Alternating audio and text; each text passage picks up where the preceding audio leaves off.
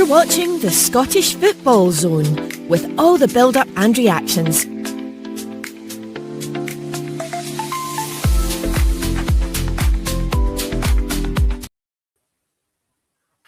Good evening, welcome to the Scottish Football Zone on a Friday night, and I'm joined by the chairman, ex-chairman of Dundee, and also the Scottish Football Union, Stuart Murphy. Stuart, how are you? I'm good, Michael. Thanks for having me on this evening. Nice to see you again. Yeah, you too. Yeah, it's been a while since we've been on the show together. I think it was at the beginning of the season. I think it was when I was on twice at the beginning, and then you seem to collide with my Friday social life quite a bit there, Michael. But then there you go. Yeah. So yeah, we've got a busy show as always. We have got plenty to talk about in the past week of Scottish football. Let me run through the game for you on Sunday. We've got the big game at Tynecastle between Hearts and Hibs. Oil Stuart would maybe argue the case that there was a big game. I got Rangers against high flying. Well, maybe not so high, but steady on, Michael. Steady on. Dundee.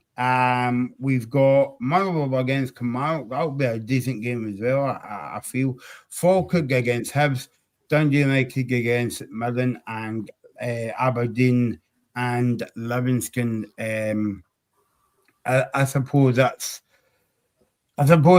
not the most exciting game of the weekend, Aberdeen against Hibs. But let's speak about the game last night, Stuart. Rangers and Celtic in European action before we get into the games this weekend. What did you make of it? First of all, Celtic last night. Well, that was quite an eventful evening, wasn't it? It had everything, that game. Celtic's run in Europe has been a bit in and out. And going to Bologna, you would think they would be on the back foot, but by half time they're 2-0 up, and they've got 10 men, and they're still 2-0 up, and you're thinking, well, this is going to be a night for it. But unfortunately, it was just too much in the end. Everything that was going on in terms of the pressure mounted and whatever. But it's still a really credible result to go there and come away, especially playing. With 10 men for a vast majority of the game. So, yeah, decent result. And then it's next week, is it, that they play? Is it Utrecht next week? Next week. So, all to play for them. They've done well in and out in Europe, kind of thing. I think most Celtic fans would probably be in the main disappointed with the whole thing. But it's about expectation levels, Michael, and probably the Celtic team are probably batting about as much as they can at the moment. Yep, and looking ahead to Sunday's game, Stuart, it's a bit unusual because I was looking at the games today, both of them kicks off at 3 o'clock. You would think that because the Hearts Celtic game will be on the telly, I thought, well, maybe it's 12 o'clock or whatever, or it's usually kind of like half 3 or a different kickoff time.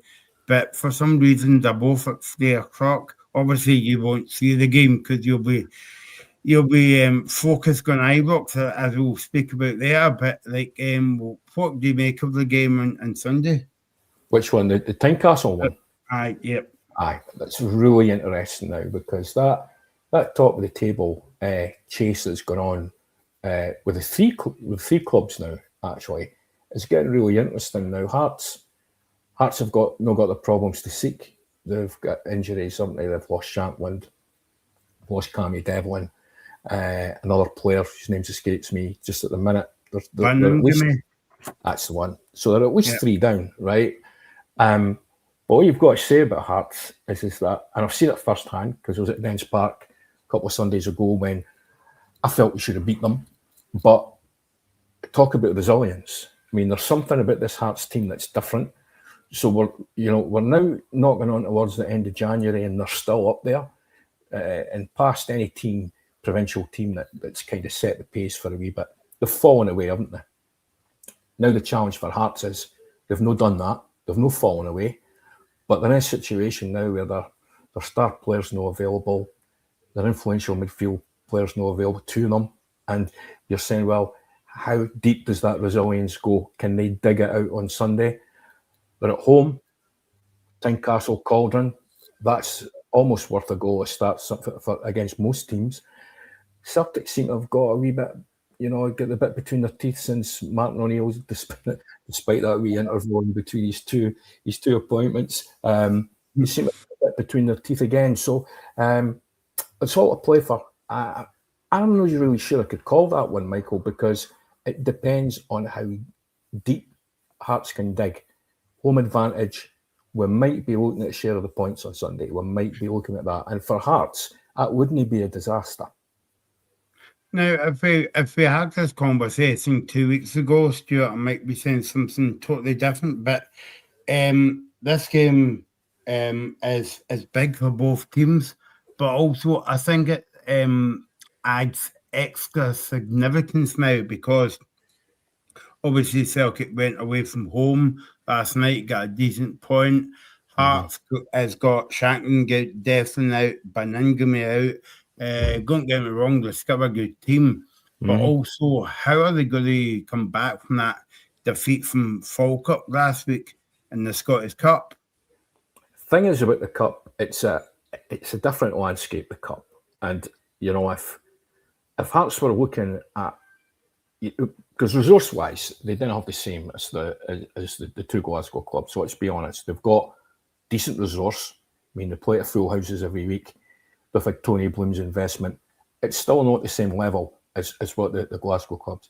So if you start packing your fixture list with extra games, they'll be disappointed to be at the Cup, without a doubt, because they'd be looking at the Cup as probably a real decent chance for winning. But in the light of day, when they wake up in the morning and they've gone out on penalties and you say, well, we're out. What happens now? Given the injuries they've had and the absentees that they've now got, I think that there's a case for saying, well, let's concentrate on the league and let's, we're still leading the table. We're nearly at the end of January. Michael. Now that's an incredible achievement, and I'm not being patronising with that. I mean that, sincerely. I'm not trying to take away from anything they've done. In fact, I'm saying the opposite. And they're there to be caught. It's everybody else has got to catch them. So for Hearts, they're probably thinking, yeah, the Cup would have been great, but this is a great chance to win the championship. Be the first team outside the Old Firm to do it since, was it 1985 or something? It's a long time. Something like that, Yeah, I think it was Aberdeen. I think it might have been Aberdeen, Michael, way back in 84, 85. Somebody might call that differently, but it's around about that period. And you say to yourself, well, to break that monopoly would be, well, I kind of think of a bigger achievement in Scottish football in my lifetime, actually. I'm not sure, because at the time when Aberdeen won it and some other team from across the road for Dundee, they had a decent team at that time as well. It was a more of a level playing field. Now it's different. So for the Glasgow clubs, the financial clout they've got is completely different. So for Hearts to be in this situation that they're in, up power at their elbow. And as I say, I'm not sure they'll be overly disappointed when they really reflect on what happened in the Cup last week. They're probably, they'd like still to be in it, but given what's happened to them with their absentees, they're probably thinking, it's the league now, let's go for it.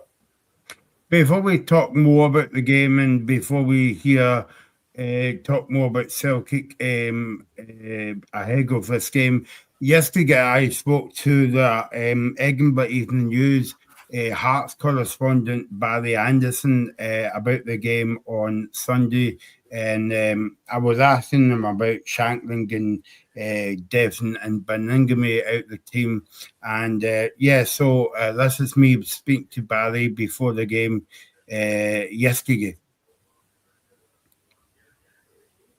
Oh, Barry, it's not a big game at the weekend. Tynecastle between Hearts and Celtic, and I suppose that Celtic's got a bit of a boost because obviously Martin O'Neill came back for the second time this season as well. I'm losing track, but also Hearts. I getting the job done. But over the past couple of weeks, they've got some injury and suspension doubts. Like Shankland is out for 8 weeks. Devlin and Benindame. So I mean, it's the wrong time of the seasons when you want your key players out of the team. Absolutely, Michael. Yeah, I mean, it's the worst nightmare for Hearts, I think, in that sense, just the way all this has transpired over the last week or so. I mean, Benny Beningame red carded against St Mirren in the league, so that then means he misses the Celtic game and Dundee United next week.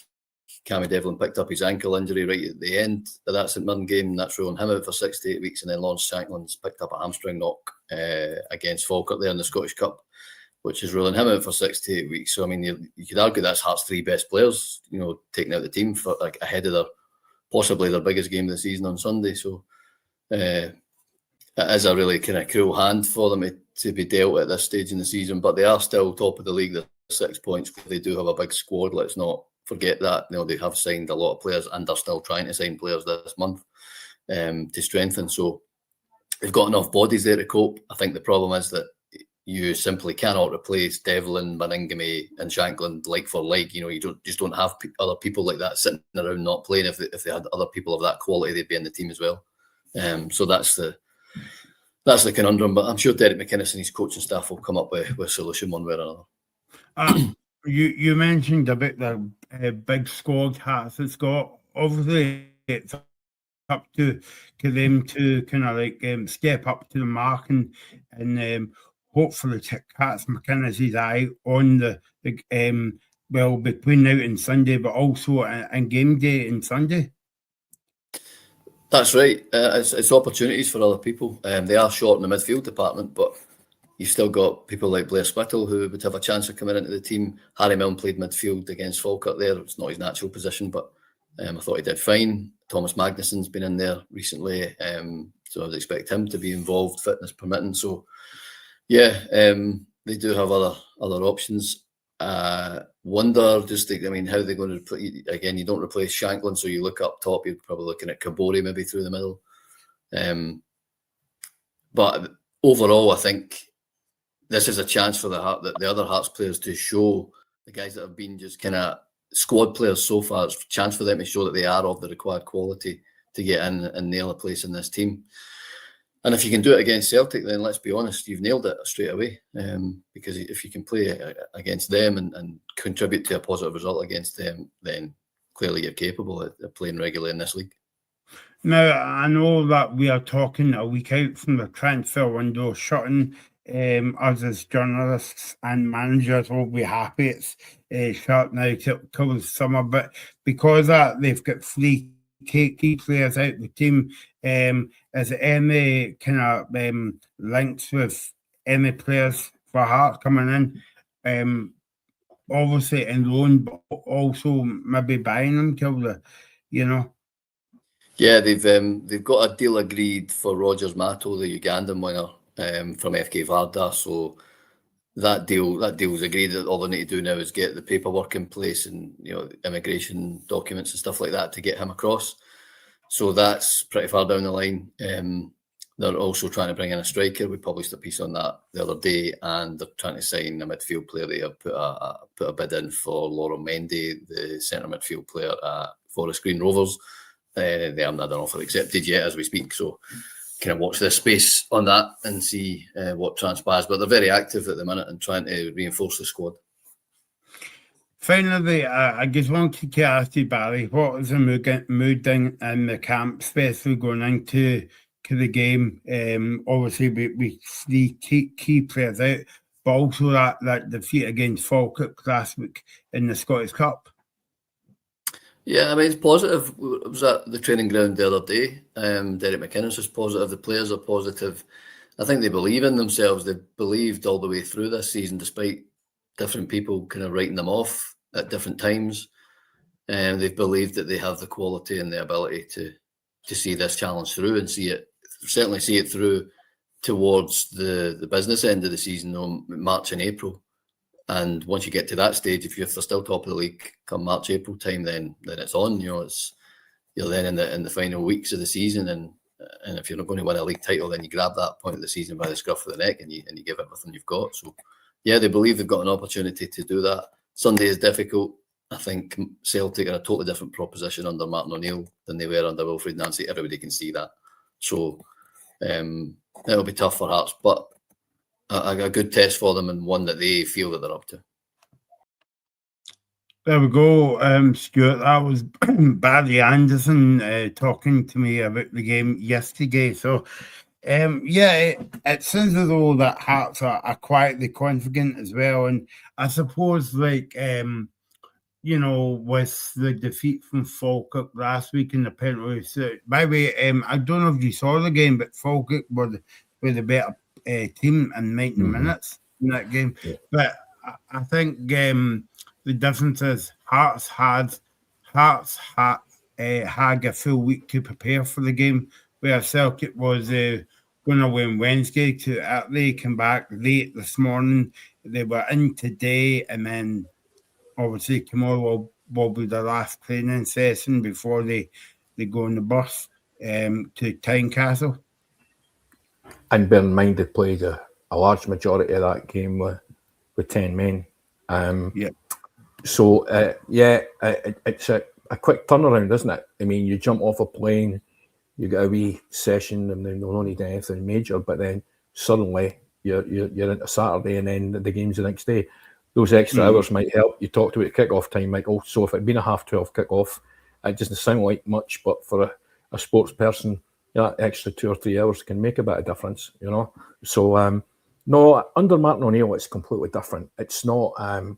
You still wonder about the wisdom of what happened in that period. I know I don't want to go back over it again, but it's amazing how you can go from a run like he had in his first interim spell, the break in that interim spell when somebody else was in charge, and the run that was just horrendous, and then he's back in and they're banging in goals again, 4 against Dundee United, and they'll be looking up for this match on Sunday. Whereas if you'd gone back, if they hadn't made that change, you can imagine they'd be approaching Tynecastle with a bit of trepidation. But it feels different now for them.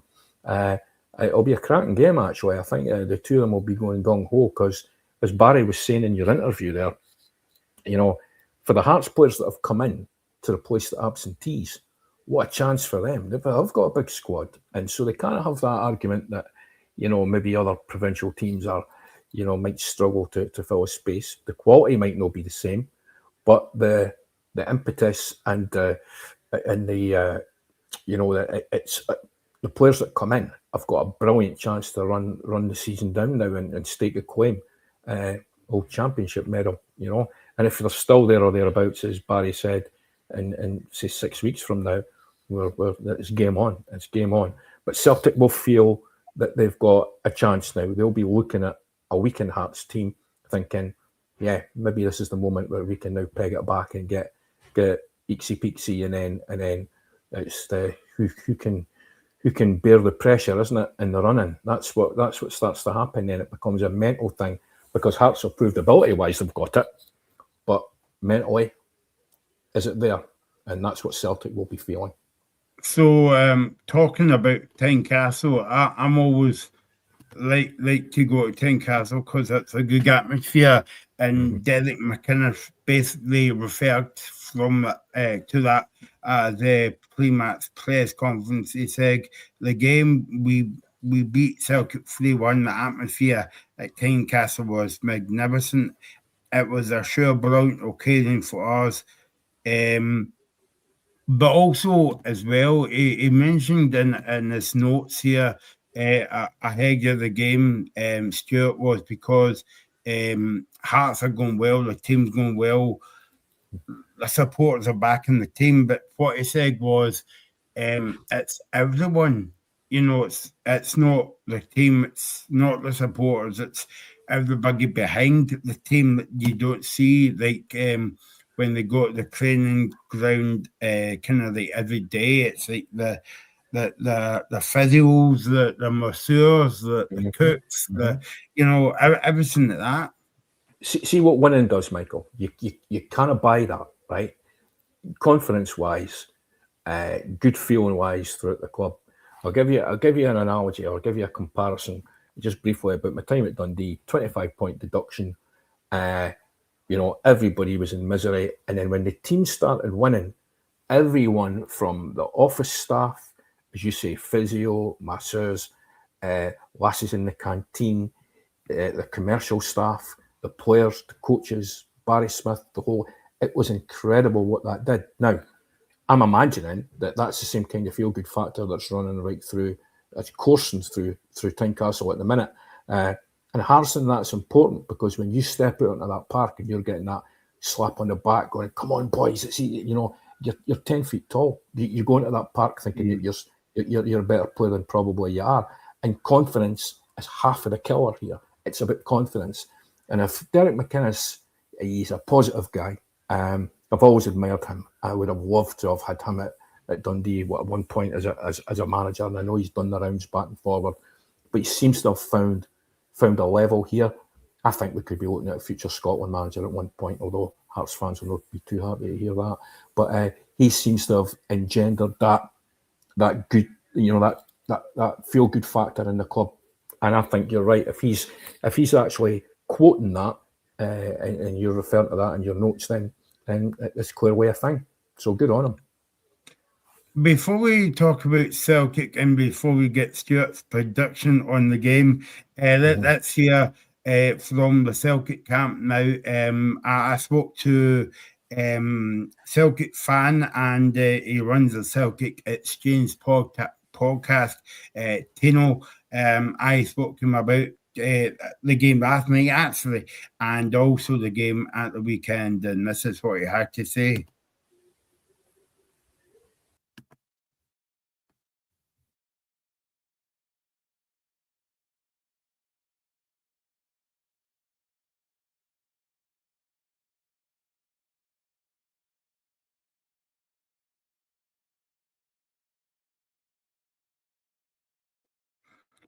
Okay, clearly I had nothing to say to me, but yeah, we'll try and get that sorted out, and we'll get back to that. But yeah, I mean, just come back to that Celtic game last night. I mean, it would maybe give them a bit of more confidence, a bit of belief that because like this is like the business end of the season, Stuart. This is when cups and medals and all that gets handed out. Yeah, I mean, I was at the League Cup final, and they looked a team bereft of ideas. They didn't look like a Celtic team at all, and that was, of course, the killer week, wasn't it? Where they'd lost to Roma, they'd lost to Rangers, and that match was sandwiched somewhere in the middle. Now it's completely turned on its head. It feels like a different thing. And we talked about McInnes a minute ago, but O'Neill's exactly the same. It's about a positive outlook to what's going on. And you can imagine the conversations in that dressing room about how telling the players how good they are and forget that period and put it behind them. Yeah, no, I'm gonna put behind me that picture of me, Stuart. It doesn't flatten me too much, does it? The one with my eye shot and all that. But yeah. Hopefully, we will. By the way, my eyes were shut, but I can tell you that this was at 1:45 this afternoon, so I wasn't in the pub or anything. Or maybe your eyes might have been shut, but your mouth was open, Michael. So you're all right. Yeah. well, I mean that tells you, Stuart, that I never button it. So there you go. But we'll try and get that interview kind of sorted very soon. But well, I mean, what do you make of Martin O'Neill coming back to Celtic, Stuart? It just shows you how important. Sometimes I've argued in the past that coaches are kind of 10 a penny. At a particular level, Michael, you can change the backside that's in the seat, back and forward. And it makes no really much difference. Sorry, are you wanting to run? I've managed to fix it, so there you go. But the difference with someone of the caliber, Martin O'Neill, it's not the same thing at all. So you're talking about somebody that's a seasoned professional. He's a wise man, which he's 73 now. So he knows everything. I mean, the managers he's played under, Brian Clough all the way through, and his own managerial. I mean, I read his book actually just a few weeks ago. Just ironically, when he was given the job the first time, the first interim appointment, I just bought the book a day before or something at Watson's. It's a great read, but it takes you basically through the trajectory of his life, his coaching stuff, and you can tell by the end of the time he's got to the end of it that although he's at the point in the book that he's written the book, he doesn't expect to be coaching again or managing again. But he's still, you can tell by the way he's writing about it, that he's still up with everything that's going on in the modern game. So he's not a geriatric. He might be a wee bit older, but his fingers on the pulse. He knows this stuff. So great appointment, great reappointment. I don't know, a great reappointment. Not sure how you would describe it, but he's certainly the man for the job, and there's no better fit. And you could say, well, you just let it run. Why would you change it anyway? Just let it run, which I expect what they might do. On that point, before we hear the interview with Tino, a lot of maybe not Celtic fans, but a lot of the other fans from that other side of the city were saying, well, a 73-year-old, you've got to get him out the retirement home and whatever. But I mean, if you know your stuff, Stuart, I mean, it doesn't matter how old you are. I mean, I always compare that to Roy Hodgson when he was at Crystal Palace, and I'm sure he was at Crystal Palace for a second time as well. So, like, age really doesn't matter. It's your knowledge of the game. Well, it's your ability to retain information and impart that on a team. About mental alertness, and as we get older, that changes, right? I mean, that's a sad fact of life. But O'Neill, he's as sharp as a tack. You can see in his press interviews, right, that he's half tongue in his cheek, isn't he? He's got the press scene in his hand. That's another thing. I mean, he's not likely ever to get a hard time from the press.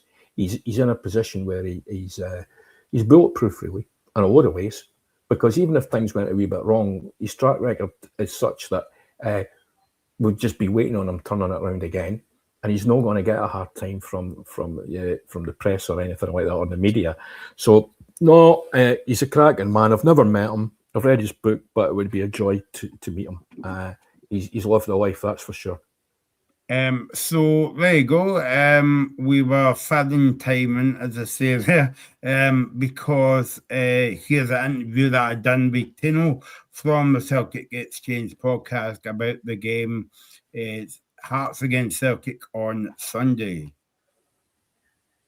The preview of the game on Sunday, but I can't let you go without asking you about last night's performance in Bologna. 2 weeks.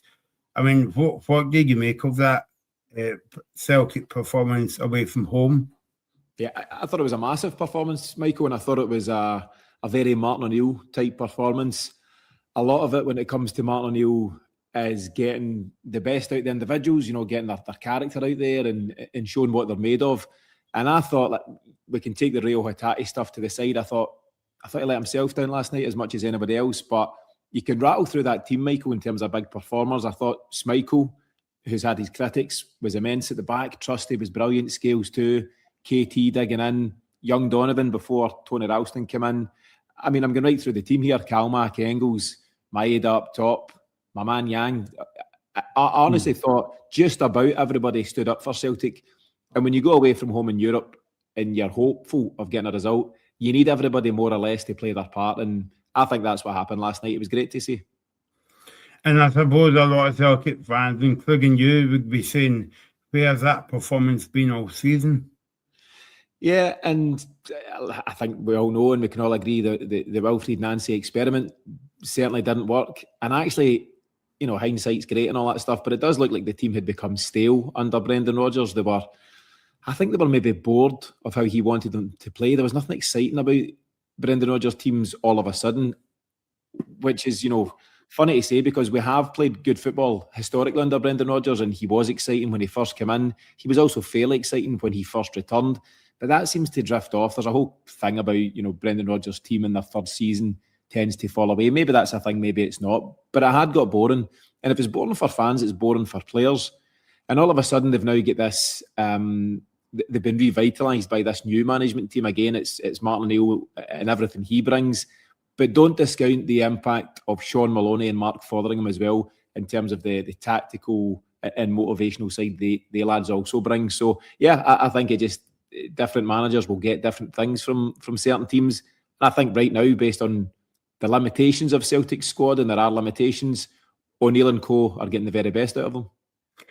And then before last night's game, everybody was looking forward to Tynecastle, but a lot of Celtic fans were gregging it. But I suppose after last night's performance, you're hopeful that Celtic will go through there and pick up all 3 points. I mean, Hearts has got, Shanklin's out for 8 weeks, Devlin is out, Baningame is suspended. And a lot of people talks about Hearts being, key players out, but so has Celtic, obviously with Alistair Johnson, Jota for the whole season, and Carter Vickers.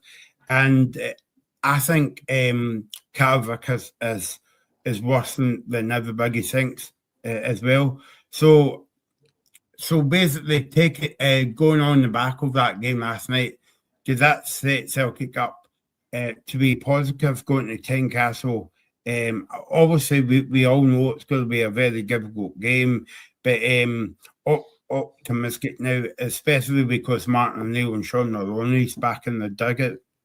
Yeah, they've got to take a boost from last night, and I was talking about that. We done our post-match show just on the final whistle, and the difference between holding out for that draw and potentially, losing it with a late goal to Bologna, the difference that makes to the mood in the camp is incredible. You could imagine, given the effort the players put in, had they lost out to a 92nd minute winner for Bologna, they'd have been completely on the floor, deflated, travelling back deflated, maybe at Lennoxtown today for some kind of light session recovery stuff, feeling just a bit down.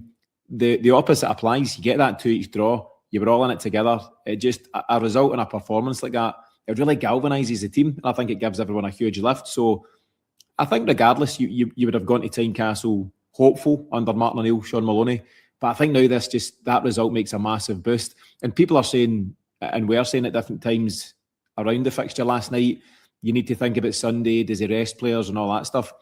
When you get a result like that, nobody wants rested. You're ready to go again. They'll get the recovery, they'll get, massage, stretching, whatever they need. They will crack into Sunday. It's a 3:00 kickoff, I think, and they'll be good to go. And I think they'll butt for it. And I think in terms of the injury situation, you're right to mention the various guys Celtic are missing: CCV, Jota, Alistair Johnson, even Sriracha to an extent, and Callum Osmond, whatever. The Celtic have learned to adjust to life without these guys, in some cases better than others, but generally under Martin O'Neill, he's now back with 3 wins and a draw. We're coping without those guys. And Hearts, this is new to Hearts. They've had a good season so far, and credit to them. This is new. Shankland is their talisman. He's their captain. Devlin's been their best player this season. Baningame a key part of the midfield. And I think their goalie, is it Schwolow, I think you call him? He's suspended, albeit there's an interesting subplot that Craig Gordon at 43 will step in there. But I think this is a massive test for Hearts mentally as well as anything. But I think we're in a good place for it. I'm feeling confident about getting into Tynecastle on Sunday. It's funny how the tables is reversed a wee bit, because obviously Celtic coming into the game with a positive result. Hearts are coming into it with a negative result in terms of the Scottish Cup and going all the way to penalty kicks. Fair enough, you could maybe argue the point that Hearts has had a full week. Celtic had to travel back from Italy in the small hours of basically this morning. But I mean, but Hearts' heads might be down a wee bit because of the penalty kicks at home to Falkirk last week, especially at Tynecastle as well. Yeah, it's a blow to them, no doubt. And, if you're a Hearts fan and you want to take the positive spin, you can say, well, that's us out the Scottish, but we can now focus fully on the league and is it 16 games to go, something like that. But players don't feel like that. Players, listen, if Hearts are having their best season in some time, then they would be hopeful of adding a Scottish Cup to that. It's pretty rare for teams like Hearts to win the Scottish Cup, although I know they have done it in semi-recent times. But they will be disappointed by that their players will be disappointed. And it also takes away the kind of, the kind of thought or the prospect of Tynecastle being invincible. Teams can go there, and albeit it took Falkirk extra time and penalties, but teams can go there and get the upper hand over Hearts. So yeah, it's a chink in their armour, and I think they're vulnerable all of a sudden, and I think it's a huge test for them on Sunday. Tino, I can't let you go without using the bag word, as it were, signing transfer targets at Celtic. Yeah. Obviously, they've got one in yesterday on loan. A lot of Celtic fans are still annoyed because they say, well, why are we just picking players up on loan with an option to buy at the end of the season? Surely Celtic fans are expecting bigger because they've got millions of pounds in the bank. So where do you? Because I haven't spoke to you for ages on this one, but where do you sit on Celtic signing policy now and getting players in? I mean, we've only got a week to go before the window shuts. Yeah. I mean, time's running out, and there's no doubt Celtic have gone into this window in disarray because all the planning will have been towards Wilfried Nancy's team and the fairly unique system that he was playing, 3-4-3 or 3-4-2-1. So that gets scrapped, and the various targets that Celtic were potentially close to have been scrapped. And I think Martin O'Neill's come in and said, take him and him off the table. We're looking at new targets and more suitable targets. So that does leave you behind the curve, but it was good to get the big fella in this week. I think Chvanchara, something like that. Yeah, so, I'm trying to avoid saying the second name. Yeah. We've just been going with Big TC or Big Tam. So Big Tam will be part of the squad on Sunday, and that's great to see. I've no issues with the loan to buy approach, Michael. I think actually it's been relatively successful for Celtic. I think Jota came in through that method. I think Paulo Bernardo. It's basically try before you buy. It lets you get a proper look at the guy, see if he fits into the style, the system, the culture, all those things. So the challenge is there for Big Tam to go and do that between now and May time. And if successful, we've got an option, £7 million, I think, is a shout on that one. So I'm okay with that. And if that's the way that any further signings come in on, that's fine by me. And it might be that we get a couple that are just pure loans with no options to buy, and that's not quite as good. But if it's the type of player that comes in and gets us over the line and gets us progress in the league, maybe even Europa, we've now all of a sudden got a chance back there again. And let's throw the Scottish Cup into the mix as well. We need reinforcements if we're going to do anything. But if they come in by loan or loan with an option or just a permanent signing generally, then that's just the way it has to be at this moment.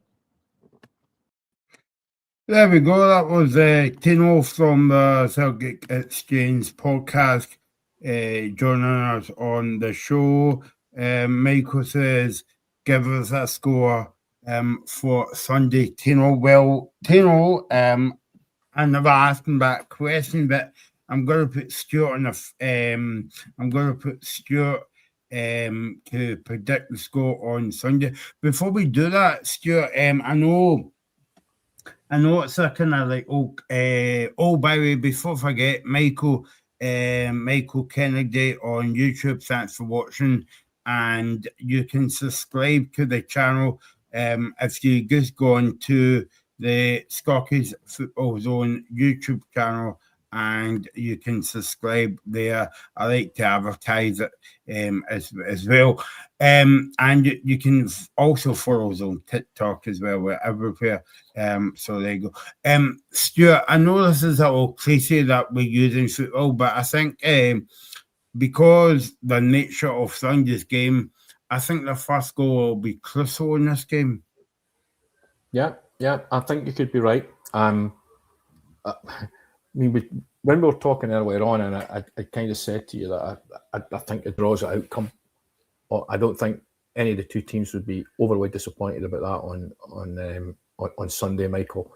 I think no losing ground and no losing the holding position might be a thing. It's just It's just a case of how both teams dig in, given the challenges they've got with the absentees at Hearts and the recovery period from that tumultuous game last night in Bologna.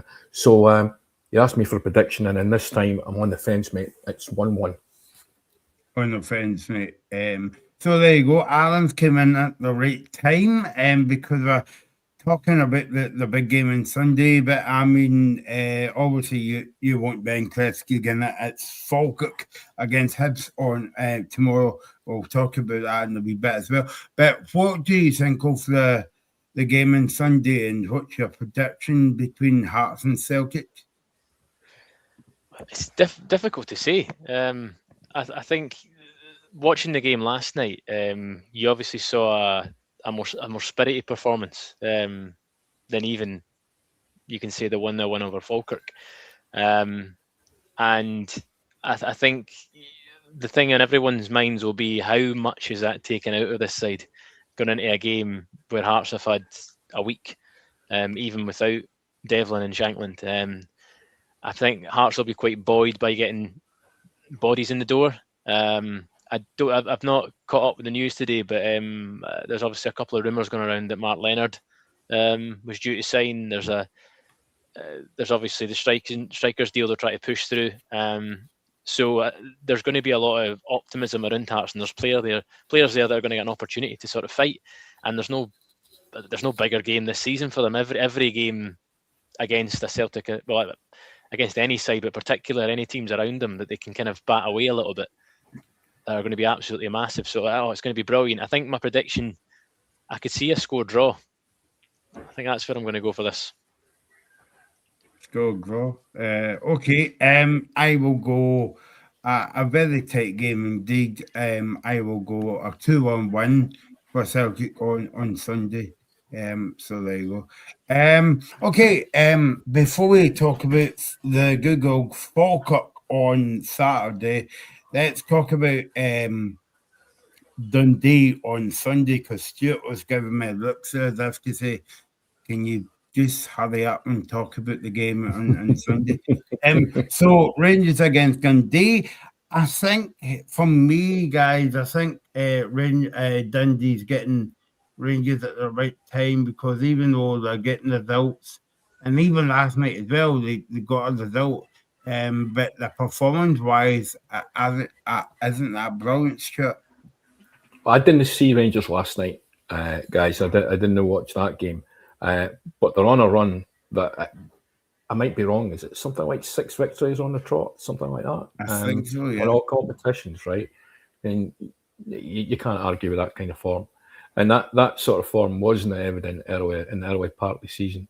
It goes back to what we were talking about, Michael, earlier on. Alan, before you came on, we were speaking about the influence that decent managers can have. And obviously, Danny Rose, he's clearly made a huge difference with the same bank of players that the previous incumbents had, and he's been able to turn them into something else.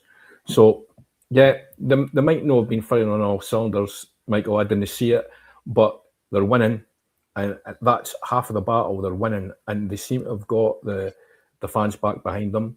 They've not been booed off the park for a good couple of months now, right? And that's a novelty in itself, right? But they're also making a team that's in decent form, right? And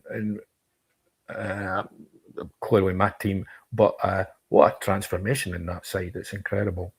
So the Stephen Presley knockers early in the season, which included myself, not as vehemently as what other folk were saying, because I've got a lot more respect for people than some of the disrespect that was shown towards him. But I was uneasy about that appointment, and I didn't think it would work. But there's something happening there now. There's something happening. That's 5 games that really all could have been won. All could have been won. And the performance last weekend at Rugby Park in the Cup was fantastic. It was a really solid performance. Could do with a better cutting edge, but apart from that, it was like night and day. If we go back to the beginning of the season, it's like a different team. So that match on Sunday could be quite interesting. Rangers are obviously flying. They'll be favourites to win. When you get to the prediction part, I'll be honest and say what I think is going to happen. But I'll still be looking at the odds on Sunday. I'll still be looking at the odds because there could be something in this for Dundee if they make the same, if they're organised in the same way, if they apply themselves in the same way, and the confidence levels are up. We talked about that earlier. It's all about confidence, and they'll not be frightened going there. They shouldn't be frightened going there. And so, yeah, I'm looking for a decent Dundee performance, but I'm realistic about what the outcome might be. Of course, Alan, Dundee will take a bit of heart out of the first time they went to Ibrox early on in the season. They got a point out of that game, and Dundee with a better team, albeit that was a different time of season, and both teams have got more players in now, but. I mean, I think. How do you think the game will go on Sunday? Is this me again? Alan, yeah. Alan, yeah. Yeah. Aye. As Stuart says, there's probably an understanding of kind of how difficult a test it will be, and it's a different Rangers side. However, they're still in every game. The opposition's still in the game. They've not really. I even felt watching the Annan game, surprisingly, that Annan started the game really well, and you were thinking if they had a bit more quality, Rangers could have found themselves in a difficult position, but obviously ended up winning comfortably. I think what Dundee have shown, especially since the first few weeks of the season, they've tightened up at the back, and obviously that's like Luke Graham's been phenomenal, and Presley's obviously said quite clearly he's gone from strength to strength, and rumoured to be bids galore. Coming in for him, so the partnership they've got in terms of, I think it will be a tight game. I don't expect Rangers to kind of blow it away. They've not blown anybody away. They were quite wasteful against Ludogorets last night. Bright sparks, including like Finlay Curtis when he came on, he looked pretty good. But then there's rumours that he'll stay until the quota's not required anymore. In the next European game, then he'll be off to Kilmarnock. So I don't know if they'll see him at the weekend. But I think it'll be a tough test. Dundee have kept themselves in every game. They'll be frustrated with the Hearts game. They've obviously bounced back, and I think it could be. I think it'll be a tight game. I'd expect the Rangers win. I would, but I don't think it would be a surprise if Dundee managed to get something out of the game. But I think if realistically, I'm probably thinking a 2-1 win for Rangers. But I wouldn't be surprised to see it being 1-1. Stuart, Michael was saying in the chat there that Big Elvis has left the building. No, I just had to get that wee joke in there because it's a flagging night. But Big Elvis has been doing well. And I remember at the beginning of the season that me and you were having a conversation on here, and you were saying that you weren't too sure about him coming to Dundee. Am I right in saying that? I'm just putting words into your mouth now. But obviously, you've still got to support the guy. Yeah, I think, Michael, what happened was the appointment and the arrangements around the appointment weren't encouraging for the fans. They didn't enjoy that, and some of the public utterances from Stephen didn't exactly fill us with confidence moving forward. There was a few comments that were made that you just wish a PR person had maybe gagged him at that point or wrestled him to the ground and taken the microphone away from his face, But what's happening and what I'm picking up, I'm no longer, I've got a direct line into the club per se, like I used to. But the bits I have picked up on is that players love him. Players love him. What he seems to have done there is that he's engendered that spirit. I mean, I keep going back to this. This is like the same conversation 3 times when we're talking about managers. But a different profile level of a manager, right? And a different style of a manager. And it's the arm around the shoulder stuff. It's it seems like it is about development. I mean, he said it was about development, and we're thinking 6 months in, you're thinking, well, when are we going to start seeing it? Well, we kind of are starting to see it a wee bit now. It's happening. You can tell the way that they're set up. At the beginning of the season, they were very passive. Didn't go in pressing high. Didn't do any of that. Invited teams in. A few teams just strolled right over the top of them. That's not happening anymore. A couple of injury problems. We've lost Big Billy Commitio. He was injured at Rugby Park in the Cup last week. But as Alan said, Luke's been playing fantastically well, and he's got all these suitors now that are queuing up to throw money at the club. And I think what the fan base are hoping that they're realistic that he'll go at some point. Hopefully this summer, and not now. But if he goes now, we can get him back on some kind of loan deal, depending on what happens. Understanding Queen's Park Rangers might have put in a £1 million bid. I still think in today's market that for a cap player under 20 odd level and with potential to go further, £1 million not a lot of money, but it's still a lot. It's a more decent offer than was on the table from the previous suitors, which was about 400 grand or something.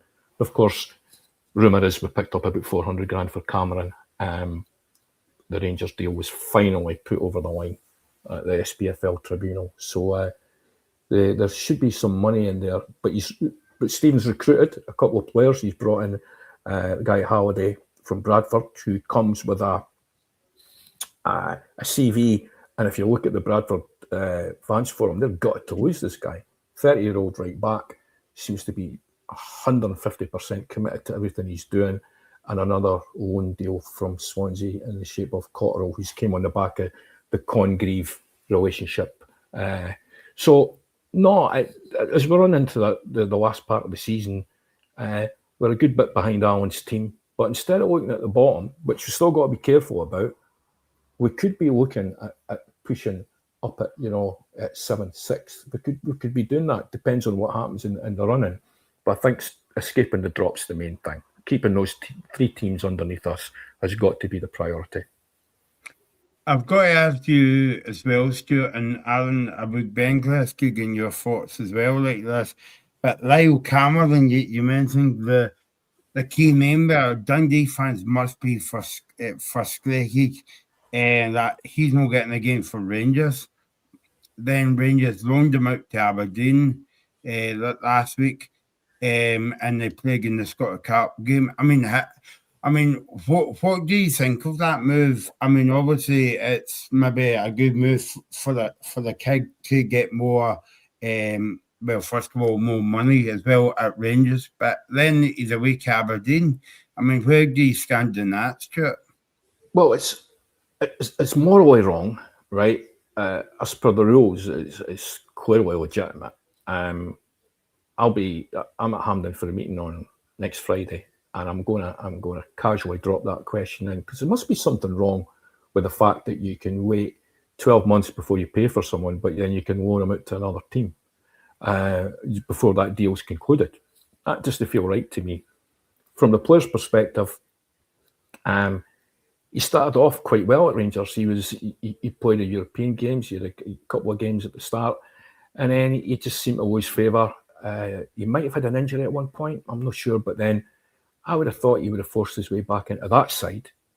Not generally a Rangers side that would be a better quality than that, because I'm not sure that would be his level. But Aberdeen is probably they've won a ticket with this one because he's a great wee player, a great link-up player. He's got a goal-scoring threat. He's not a big laddie, as you know, but he's no frightened to get stuck in, and plus he has players playing him. He can hit a pass. So it's a great coup for Aberdeen to get him, I think. And despite some of the furore about signing particularly Rangers players, they're not keen on that up there, are they? But I'm sure he'll win them over because his performances will speak for themselves. Where do you stand on that deal, Alan, about Lyle Cameron moved to Rangers and then shipped out to the Aberdeen? I think it's almightily frustrating for Dundee. If we were in the same situation, it would be uncomfortable because you're looking at a guy, looking at a transfer, for example, like how Dundee are fortunate they've got the ability to spend some money elsewhere. But imagine that funding wasn't available and you're having to wait however long to reinvest that money because you've lost a talented player, so you have to fill that void. Imagine they got relegated if they weren't able to afford someone to replace them. So I think the time it takes to go through these, and I don't know the insides of them. I don't know if there's back and forth, and I think there's some rejected proposals before it finally gets to a decision. But for the sake of Scottish football and the jeopardy that's at stake for these clubs and for the players' development, they need to get it sorted. Morally, as a football fan, you'd be really frustrated.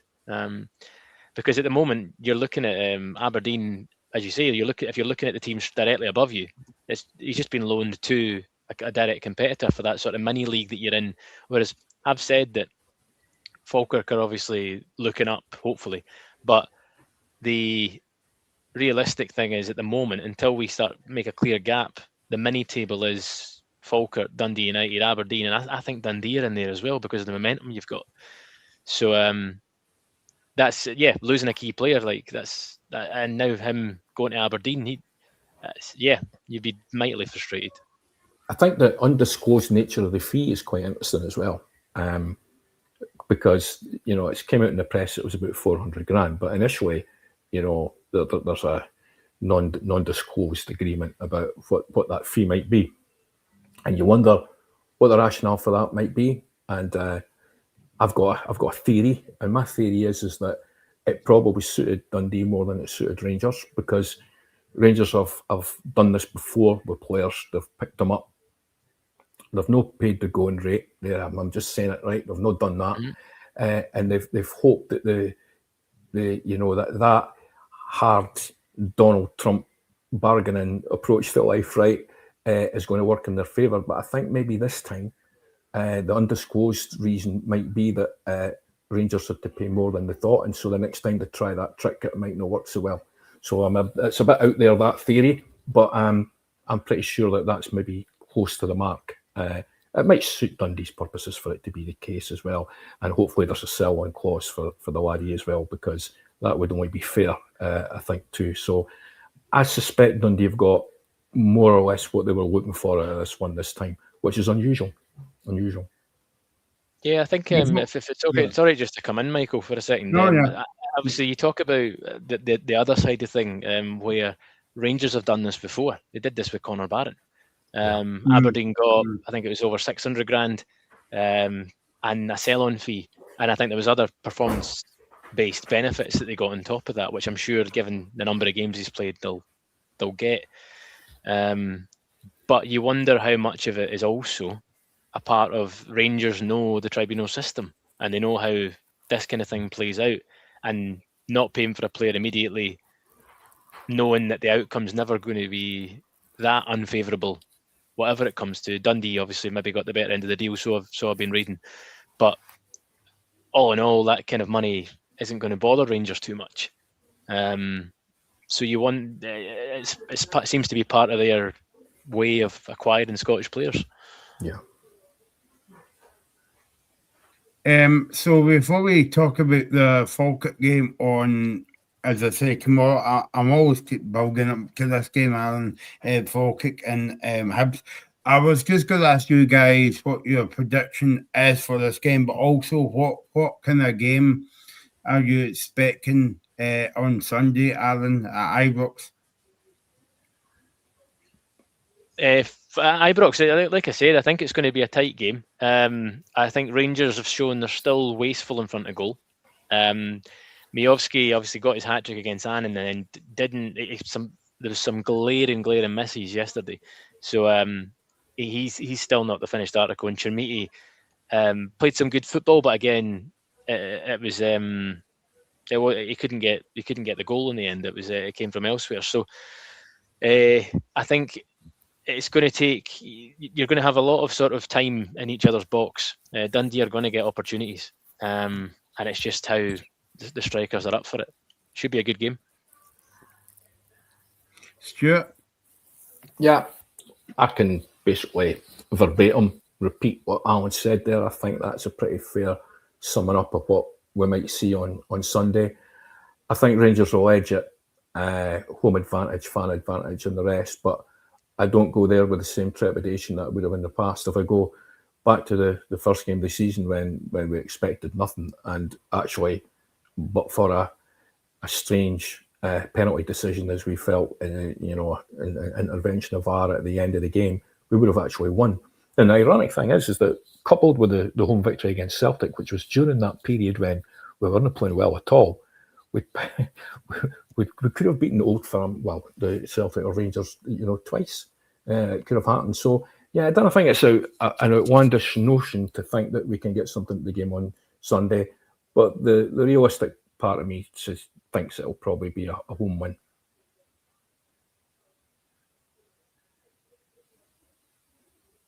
Aye, that's it. I think one of the interesting things this season is how narrow a lot of the big games have been over the last few weeks, and I think that this it feels like there's been a shift in the level of fear when it comes to playing the Old Firm in their patches.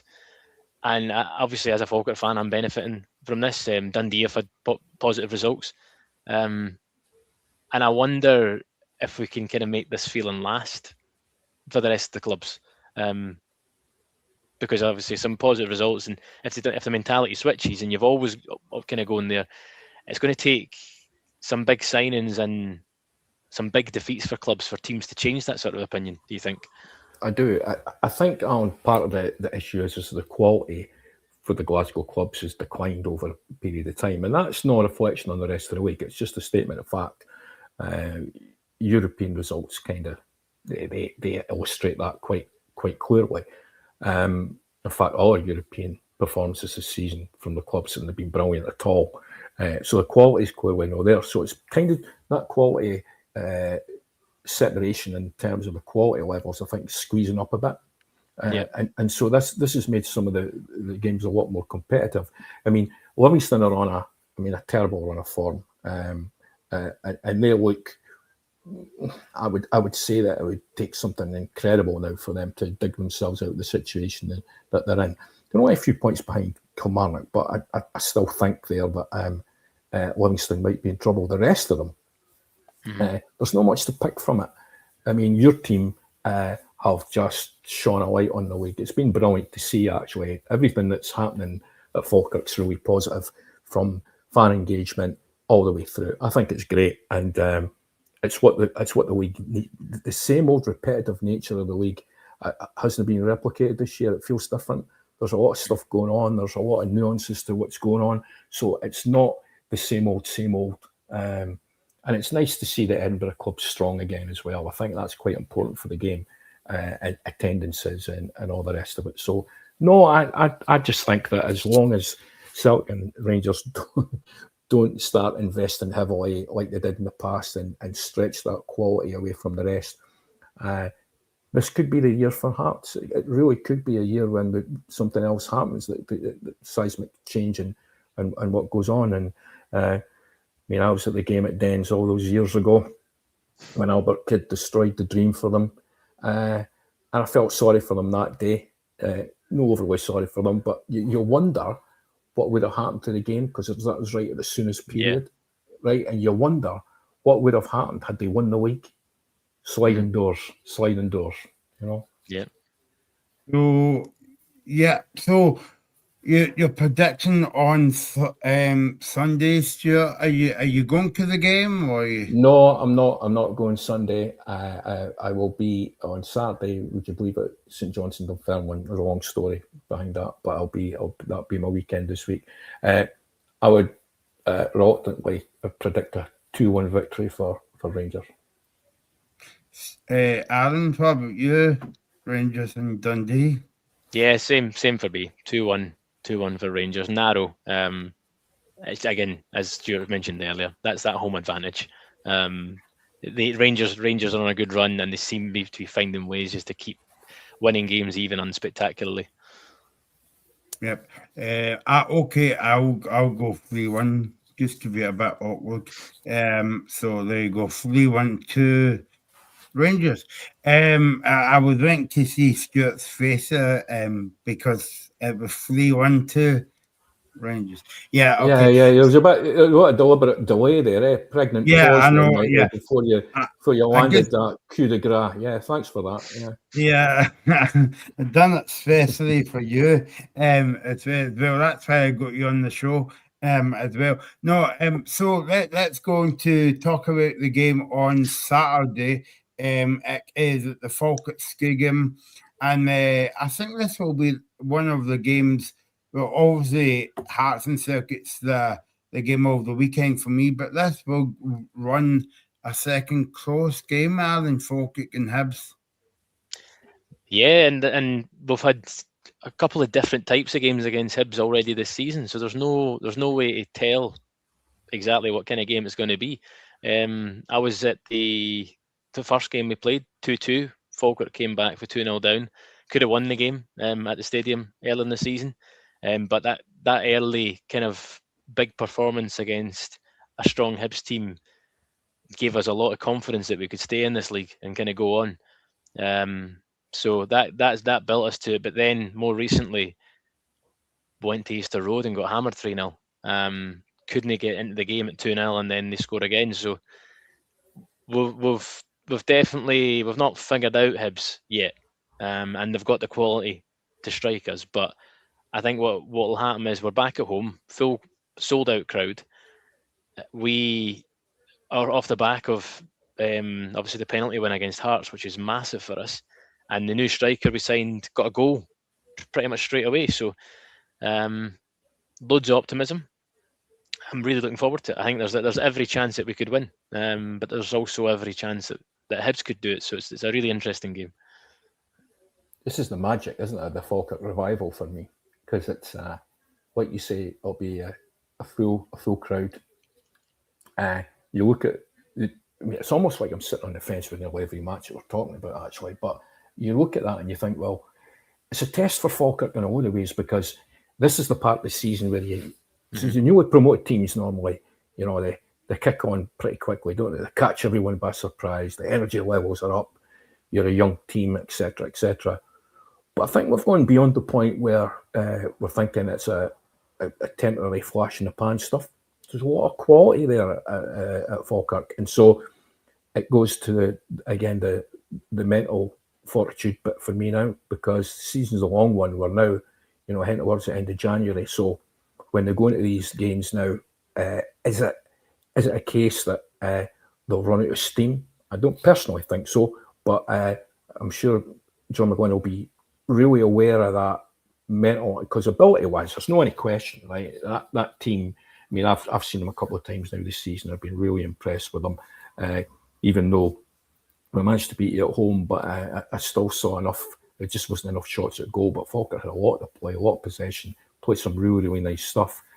So I'm sure McGlynn, he's a seasoned campaigner, he'll understand this, and he'll be looking at ways of making sure that they can continue what they've been doing without it breaking, and I don't think it will.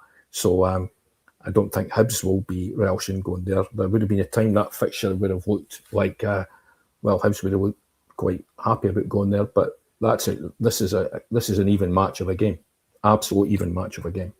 I think it's one of the biggest compliments we had early doors this season. We drew 2-2 with Dundee United in the opening day. A brilliant, like summer's day. Right. The beer tent, the fan zone was open behind where we've not got the stand, and that was sold out. And the cameras were there. We had the championship banner on for it was a really, really brilliant day. And all you wanted was a positive result to kind of cap it off.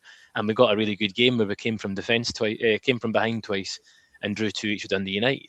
And one of the things Goodwin said after the game was, no team will find it easy coming here this year. No. And at the time, you're like, is he just? They've got a whole new squad. Is he just giving us compliments because they've not managed to get the win? But the good thing is, no team has found it easy, even Celtic there. Yeah.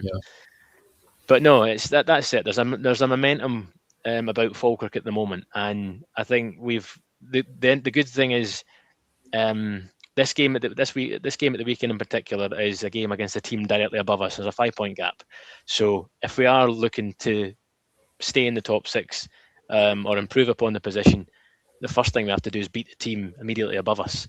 So it's created a big game out of which you look at the table now. We're not going to get relegated. So No. you need to find a way to kind of get the squad going. And last season it was to get the title. The season before it was to stay undefeated. So this season it's now, can we get top 6? Yeah, and I always, you were on the show a few weeks ago, Alan. Like I spoke to you ahead of the Celtic Falkirk game, and there was a brilliant atmosphere that night, and I think there will be a brilliant atmosphere on tomorrow, because like Hibs will bring a good away support. And I suppose the work that we do, Stuart, through the Scottish Football Union, there's a lot of clubs that are doing brilliant work, and like I think the rise of clubs like Falkirk and your St Mirrens and even your Kilmarnocks as well, the fan base is kind of on the way up. So that surely that's going to improve Scottish football. Well, if you're looking at models for community clubs, then you look no further than what's happening at St Mirren. Well, you do look further than that, actually, because then you look at Falkirk, because that story, just a recap on what Alan said, going to pretty much season undefeated, right, and then winning a championship, and then marching on into the situation that they're in now, and I keep saying we're at the end of January, so it's no flash in the pan. Keeping the manager might start to be a challenge now, Alan. That might be the it's always something, eh? There's always something, you know, if it's Luke Graham getting taken away, or whether it's something will happen just when you think it's going well. But hopefully he's invested so much into that he will want to see it. You want to see it through. See, one of the interesting things here you mentioned, it's something I've not really particularly thought too much about, is like how much like many jeopardy moments that have kind of occurred, like last season with the Callum Morrison saga, where he just got into the team, looked to be a bit of a player again, recapturing some of the form for the previous years, and he up sticks and put in a transfer request and then went to Linfield. That could have derailed that championship campaign, but then obviously we got Scott Arfield in, and then, as you say, like Dundee took Luke Graham back in January, and we were That's like, true. oh my god, like the league's strongest partnership in him and Henderson, which I'll caveat slightly. This season I've seen a set of statistics that came out for like the hardest defenders to beat in the Premiership this season, and top of the list is Liam Henderson. Second place, very close behind him, is Luke Graham, and that was our championship winning centre back pairing. It tells you something now. Yeah, tells you a story. So no, I think it's right in terms of the fan ownership. We look at St Mirren as a model to kind of aspire to. Hearts obviously partly as well. Obviously, I think the capital city sort of catchment area means I think they've got 15,000 subscribers to their trust. Whereas Falkirk, I think we've got in the region of about 1,500 to 2,000 paying that minimum £10 a month. So we've not quite got the same money. However, McGlynn's done it without it. You get 200 grand or so for winning League One. You maybe treble that for winning the Championship, but it's not massive sums of money you're talking about. And we're still able to put together a squad this season who've competed quite well. But it's about finding your level, isn't it, Alan? That's the thing. I mean, you making the fan ownership comparison with Hearts is, you said yourself, it's not the same. So, you know, when you're looking at that, I mean, I've gone through the fan ownership model at Dundee, and that didn't work. But that was mainly due to the people that were involved, not the concept or the model itself. But it's not overstretching yourself. It's about you know, finding your level, and that sounds patronising. I don't mean it in that way. I just mean understanding your level and adding that bit of ambition to that, which means you're not overstretching yourself financially. And because of their St Mirren, they've now got silverware in their boardroom again. Yeah. Great story, brilliant story, right? What you guys have done in the last 2 or 3 seasons, incredible, right? So you look at all these kind of things in these so-called community clubs, and that sounds a bit patronising as well, patting on the head stuff. But there's nothing better than being a community club, because if you can engender that local support, and Falkirk have absolutely done it. I mean, it's every week at the moment. So if you can do that, then maybe one day you'll get that 4th stand, mate, and that would be the thing, wouldn't it? Well, you talk about community club. One of the best things, if you, is obviously there's been times in our past where we've not been as community orientated as we have, but the relationship that Jamie Swinney's got with one the fans, but also businesses and the council in the area, because Falkirk Stadium, I think the stadium itself is owned by the council, so they share that building. There's offices, etc., in the main stand. So because of the amount of work we do and the engagement that we have, one of the conversations that's happening at the moment is, okay, I'll precursor it to, at the start of the season we considered having a temporary 4-stand built, because obviously you're in the Premiership, there'll be big away supporters. On paper you'll generate more money. However, the feasibility survey came out, and then we'd have to guarantee ourselves in the Premiership for about 3 seasons to start making a profit on any temporary stand we brought in. So we'll can that idea at the moment, and we'll start looking into, okay, let's do other little things. So we've acquired the land where that stand will be, and we've put a fan zone there now, with the fan zone also just there for the moment, and we'll hopefully generate funding for by staying in the Premiership and getting that 4th stand. But at the moment, with the relationship with the council are looking at a way to, there's 3 or 4 leisure centres which require redevelopment, and those have been earmarked to the development's going to cost in excess of what the council want to pay.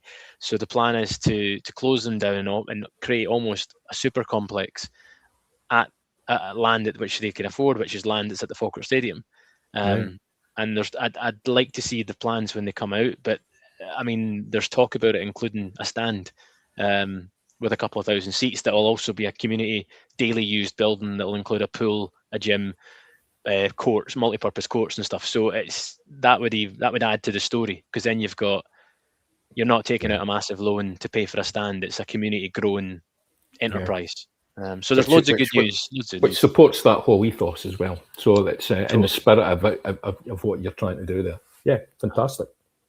Stuart, before you go, and don't fault me, by the way, this is not my cousin or my brother, but he says Brian is watching on Facebook. Thanks for watching, Brian, and as I always say, like and subscribe the Scottish Football Zone YouTube channel, because on Tuesday night we've got a football show coming up dedicated to women's football, and in a few weeks' time we've got a show coming up about St Johnstone.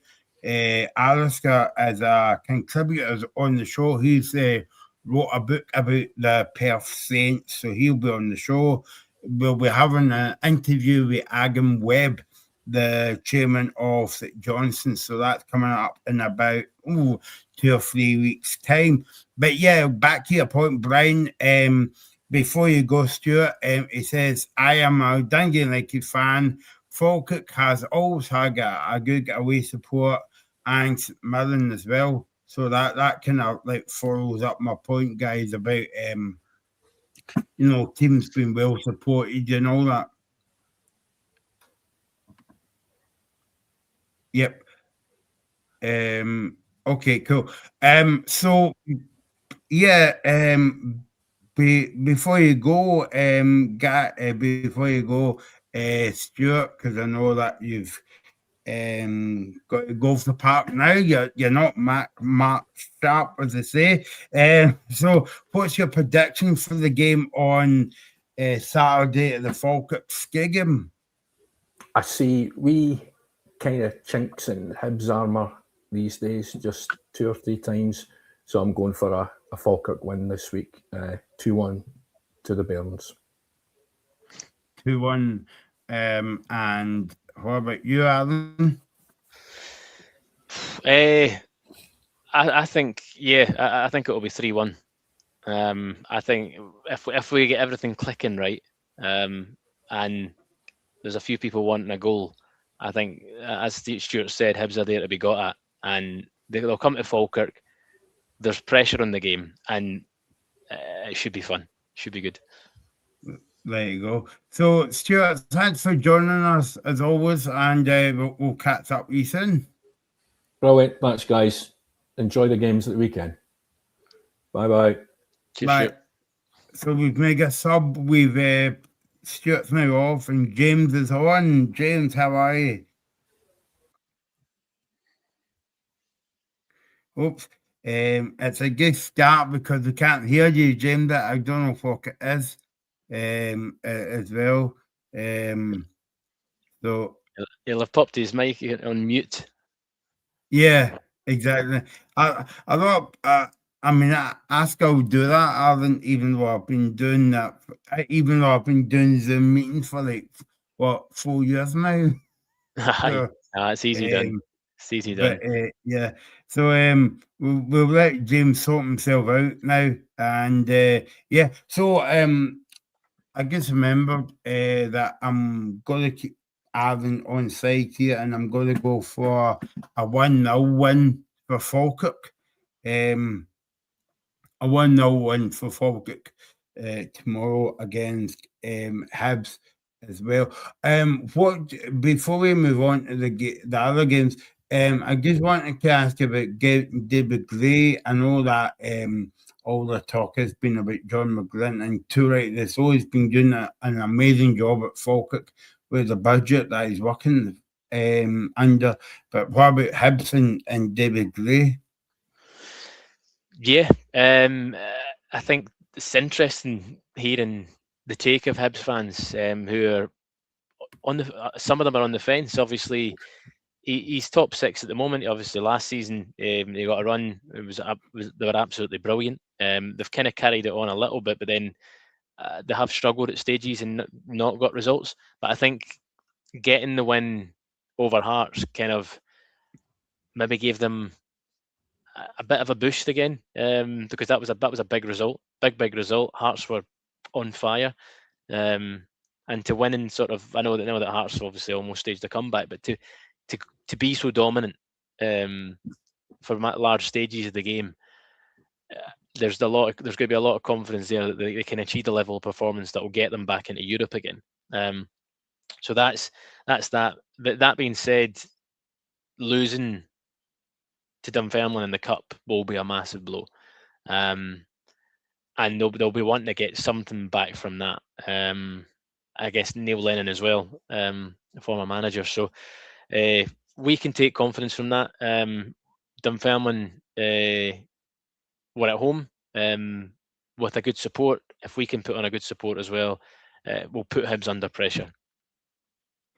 Okay, let's talk about another big game tomorrow. Motherwell against Carmarthen. I mean, Motherwell's been kind of like the kind of dark horse this season, as it were. I don't know if you would agree with that point. First of all, let's go back to James and yeah, I think we can hear you now. Yeah, I've got absolutely no idea what was going on there. First of all, we couldn't get any camera working, and then it suddenly started working. Then we had no audio, and then it just suddenly started working again. It might be because I'm no well, I don't know. But good evening, chaps. How are you doing? Yeah, happy to see you, James. Well. Did I miss anything interesting? Because obviously I was trying to get things sorted out.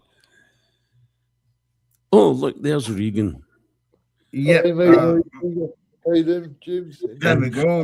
That's Regan coming on. Yeah, full house now. As well.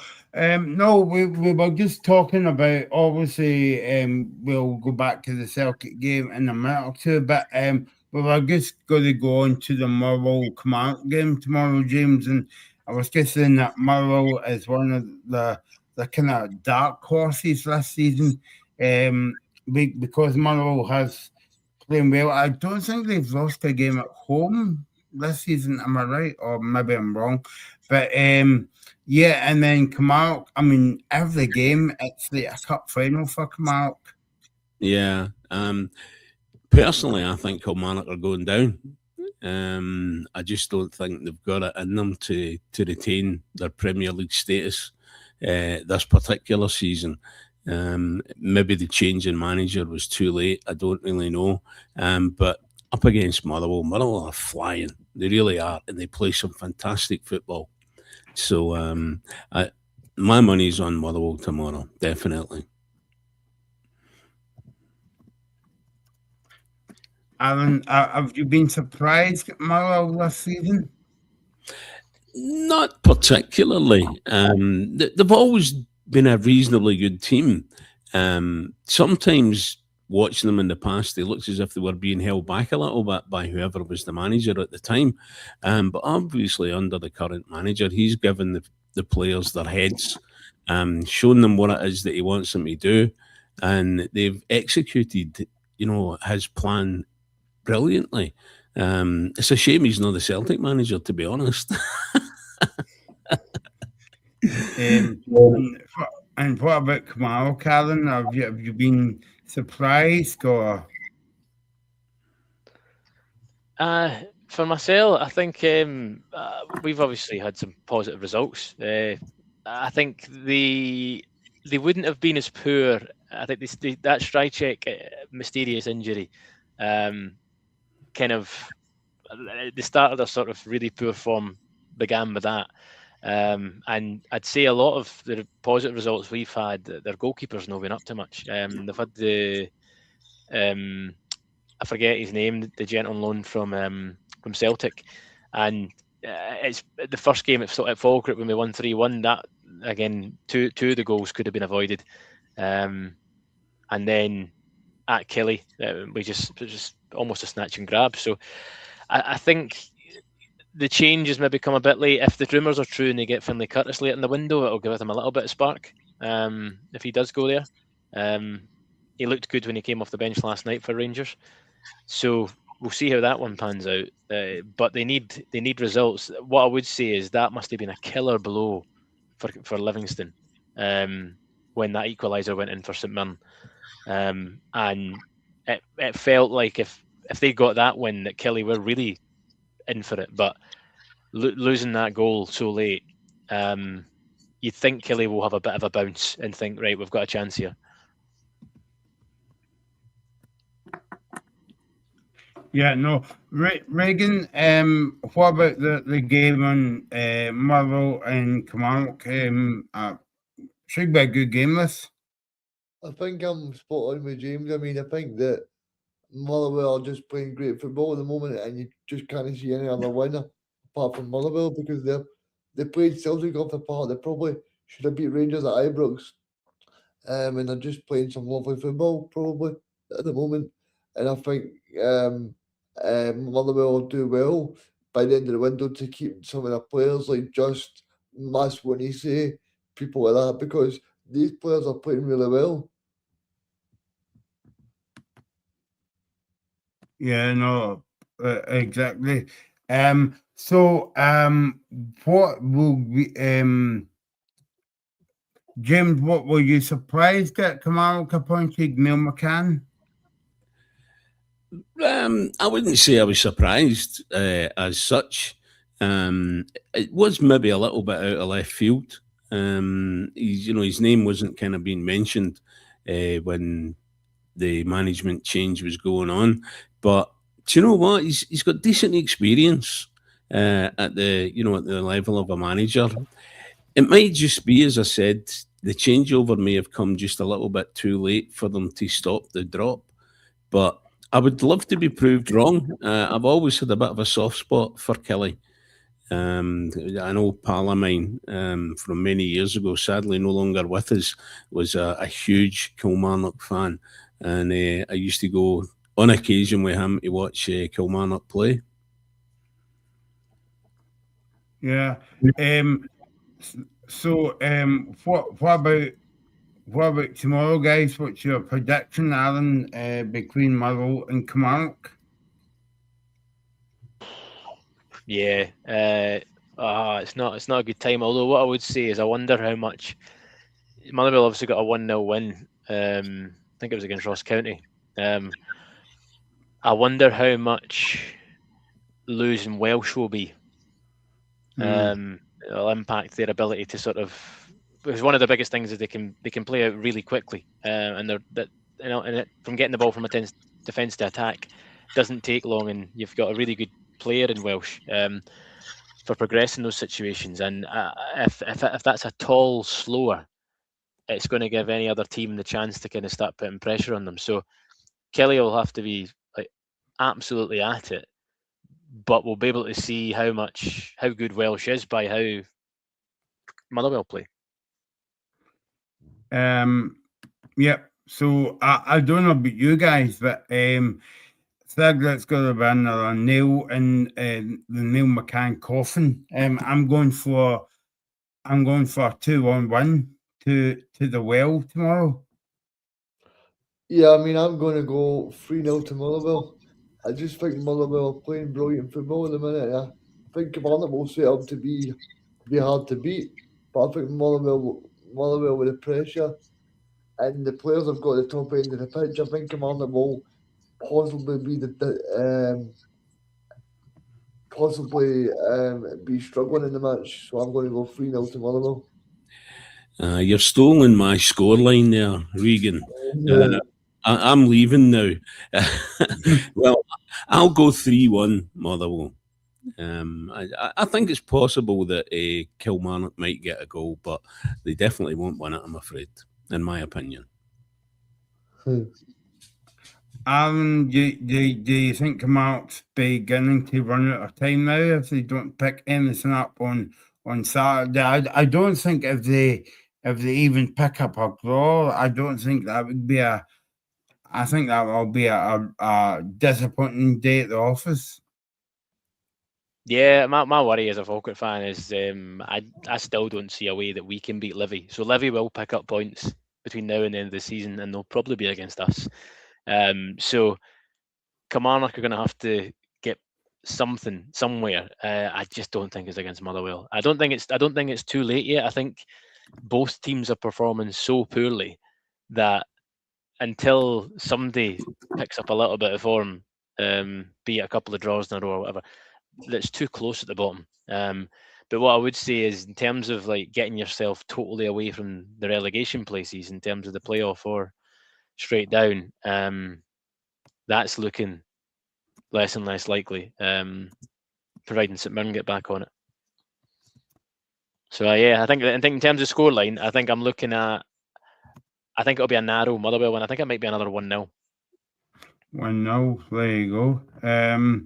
So yeah, don't forget, we are going to talk about the championship, and Regan was out at Queen's Park today interviewing their manager Sean Crichton about the game at the weekend. But before we get there, we've got a couple more games, guys, to chew the fat, you would say, over before we get to the championship. And it is the Jim Goodwin derby, James, because it's Dundee United against St Mirren. I like that, the Jim Goodwin derby. What, is he managing both teams now? Have they get rid of Stephen Robinson? He's away to Aberdeen. You don't hear. No, I never heard that. So is he sharing that job with John McGlynn then, is he? I know, they can take him. John McGlynn, you don't want him. You don't want him. No. Well, you know what? Probably a couple of weeks ago, I would have said St Mirren would be, stick on to beat Dundee United, but they have gone into a little bit of a slump. I'm going to go for a draw in that game because I think Jim Goodwin will cancel himself out. Alan, it's funny because obviously when St Mirren got the cup final and before the cup final, St Mirren was on the up, and you would think because they beat Celtic in the cup final, they would get a bit of a boost, but it's done a total opposite effect for the Saints. It has, and there was a sort of if you didn't watch any of their games, you would say, oh, okay, they've maybe dropped off a bit because they've won the cup, bit of a hangover. They've already, for I think it was 3 years in a row, they finished top 6. They've played in Europe. There's not really much else that the players can realistically hope to go on unless they've got that internal drive to finish top 6 again and again and again. However, like I watched the Falkirk St Mirren game, and you can see that they're just ravaged with injuries. I think they're missing like 6 or 7 starters. In that game alone, they lost Killian Phillips to a dislocated shoulder. The keeper went off. So they were piling up. I think they'll be really grateful to have Gogic back. I think he was just suspended. So obviously he got the equaliser against Livingston just there. That'll be massive for them.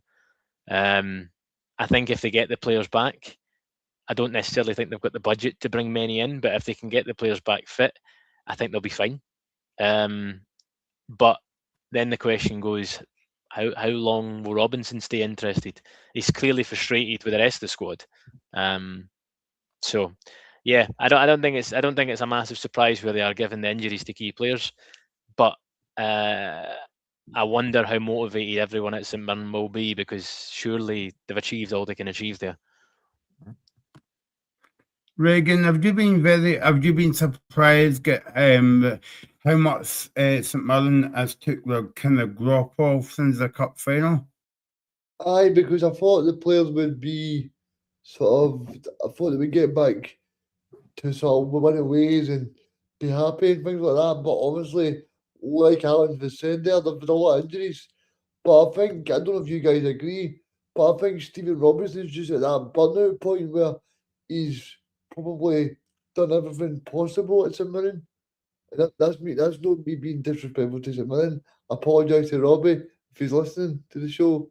But I just think that maybe Stephen Robinson at St Mirren possibly has passed himself by the after winning the trophy.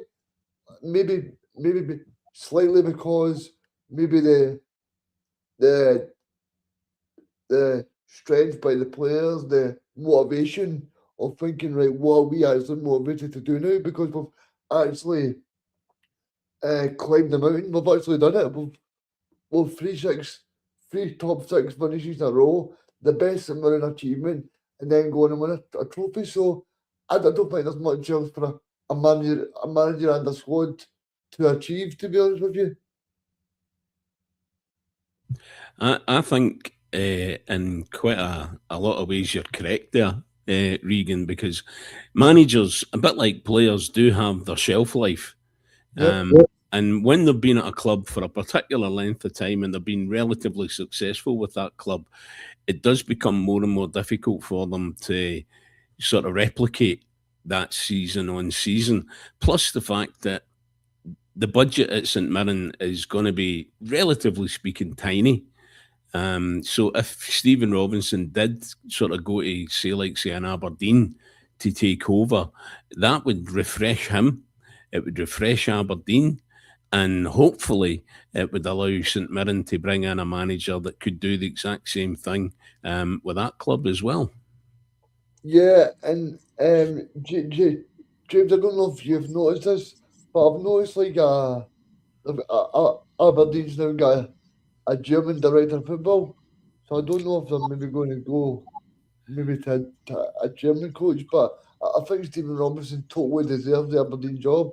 But I think Michael, I think you were on the show, Michael, when Dave was quite dismissive of Stephen Robinson to Aberdeen.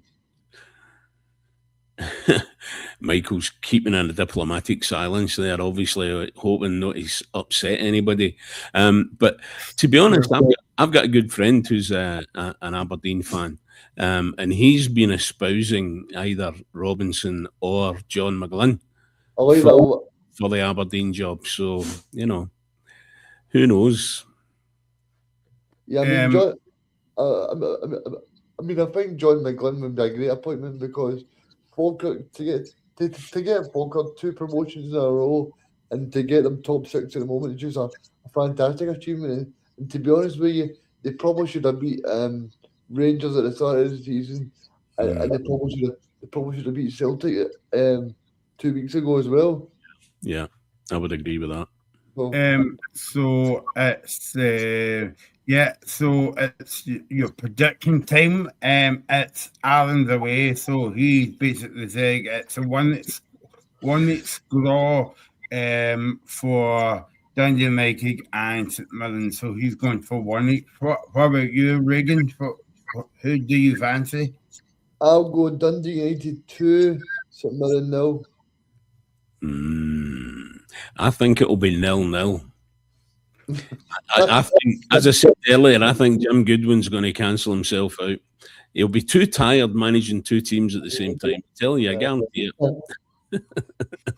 Okay, so I will go for a kind of old Desmond in this one. I will go for 1 each as well. So that is Dundee United against St Mirren. And I suppose, like, guys, that one of the, I know we were talking about the games at the weekend there, but I suppose it's one of the last game that we haven't spoke about is maybe the lesser of the big games, if that I'm being a bit unfair to the Aberdeen. Yes, you're being unfair, Michael. That's terrible. No, yeah, I know, exactly. But I just feel though that, oh God, it's going to be a kind of 0-0 cold day up in Aberdeen. But what about you guys in this game, Aberdeen Livingston? Well, I think if VAR gets its act together, Livingston could be in for a victory. But we all know that VAR very rarely gets its act together. So I think it will be a narrow win for the Dons. I think it'll be another win for Aberdeen, to be honest with you as well, Michael. I think Aberdeen, they won last week against Rafe Rovers, and I think they'll go on and get the 3 points again for me. I think they'll be too strong, but I think it's like I said last week, James. I mean, David Martindale, I think it's 1-1 in the last 20 matches. I mean, surely there's got to be questions on David Martindale's job as well. Well, yeah, but I don't know. There's just something about David Martindale, you know, that he seems to be Mr. Teflon. You know, in respect of Livingston, I don't doubt that if he was managing anywhere else, he would have got the P45 a long time ago. But he seems to do well with Livingston. And yeah, I just think at the moment, you know, he's probably right, you know, that VAR are getting things wrong and his team are suffering for it. But at the same time, you've got to get past that and score more goals than the opposition. Otherwise, you ain't going to win. That's always been the game. Yep. Graham makes my point nicely there, James, because are you surprised that Aberdeen's not kind of like appointed a full-time manager yet? It does seem to be dragging on, to be honest. For me, I always feel that for a football club, you know, whether they're getting rid of a player, whether they're getting rid of a manager, they should have the next man in lined up to come in. And we all know that Celtic Football Club are probably bottom of the league when it comes to doing that. Aberdeen have always been quite good at quickly replacing managers. This time, maybe they're just being that wee bit more careful to try and make sure that they don't fall into the same pitfall that they did with Jimmy Thelin, who, let's be honest, got off to a great start. You know, really did a fantastic kickoff of his career up at Aberdeen. And then, I suppose to a certain extent, winning the Scottish Cup saved them for this season, but then it just went right downhill, a bit like St Mirren. You know, after they won the League Cup there, everything just seems to be going downhill. So maybe they're taking a wee bit more time and make sure that whoever it is that they bring in, whether it's a Scottish manager, an English manager, a German manager, or a manager from Mars, whatever it is that they pick them, they get the right man. Regan, what about you? Yeah, I'm just looking forward to the next Aberdeen manager having a Mars bar then if he's come from Mars. I think in general, I think it's a little bit strange because as much as Jeremy Tallene is doing a bad job, but I think James spot on. I think usually when they sack a manager mid-season, they've sort of already got a manager lined up. It was sort of when Celtic got rid of Martin O'Neill, people were saying, why Celtic got rid of Martin O'Neill, and then obviously Wilfred Nancy came in like a few weeks later. But I think the problem with that is was that Martin O'Neill actually done really well and Nancy done really terrible. But I think the thing for Jimmy, like James is saying there, he started off very well. So, what's your prediction of the game this weekend? I'm going for a bowling 0-0, James. No. Nah, I think it'll be a narrow 1-0 for the Dons. I'll go Aberdeen 4-0 to Aberdeen. There you go. Okay, so that is the Premiership done and dusted. Before we actually move on to the Championship, we were talking about the Hearts Celtic game early on in the show. So what's your thoughts ahead of the game on Sunday, James? To be perfectly honest with you, up until Shankland and Devlin, etc., got injured, I thought that the Hearts were probably going to be a stick on to win this game. I'm not so sure now, although they have obviously brought in some replacements and stuff. So, and they've done well with the players that they've picked up this season, Hearts. So I'm assuming that they'll probably continue with that with the new guys that have come in. But I think that Celtic under Martin O'Neill are a completely different animal. The players, you can see it. The players have got a lot more confidence in what it is that they're doing. And the game against Bologna last night, that first half, up until Hatate got himself sent off rather silly, they were just out of this world in terms of playing away at home in Europe. Obviously, the sending off makes a completely different game of it. I'm just quite happy that he's not actually suspended for Sunday. And it's only the next European game that he's suspended for. I do like Hatate, I have to admit that. Although this season, I think he's been a wee bit off it for a lot of the games that he's been involved in. But I think it will be a narrow 2-1 to Celtic on Sunday. Regan, if we were having this conversation a few weeks ago, you would say Hearts are favourite for the game. But it's weird how they say football's a funny old game sometimes. But I mean, compare, so Hearts went to extra time in penalty kicks against Falkirk. Falkirk put them out. Falkirk was a better team in the 90 minutes. And then you heard the news that Birmingham is out, Devlin's out, Shankland's out. And then you're thinking, well, okay. And then Celtic went away from home last night and to a man, they did well, down to 10 men. So they'll be on a bit of a high going into the game on Sunday. So for me, Regan, I think the tables has turned a wee bit. I think it has, but also, Michael, I think it's going to be one of the best Scottish football matches in years. Because if you think about it, if Celtic don't win that game and Hearts win, I think the league for Celtic is finished. 9 points behind. I just don't see where Hearts are going to drop so many points. I just don't see it. So I think it's important from a Celtic point of view that Celtic don't go to Tynecastle and they don't get beat. As long as they draw the game, that Celtic are fine. But if Celtic get beat, it's an absolute disaster for me, because 9 points behind, and then Celtic have got some tricky fixtures next week as well. They play Falkirk, so I think if Celtic have got any chance of winning this title, they need to go and beat Hearts on Sunday.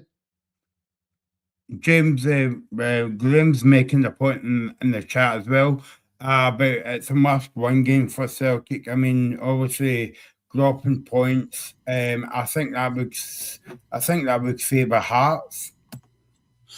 Yeah, I mean, I think that from a Celtic perspective, every game between now and the end of the season is a must-win.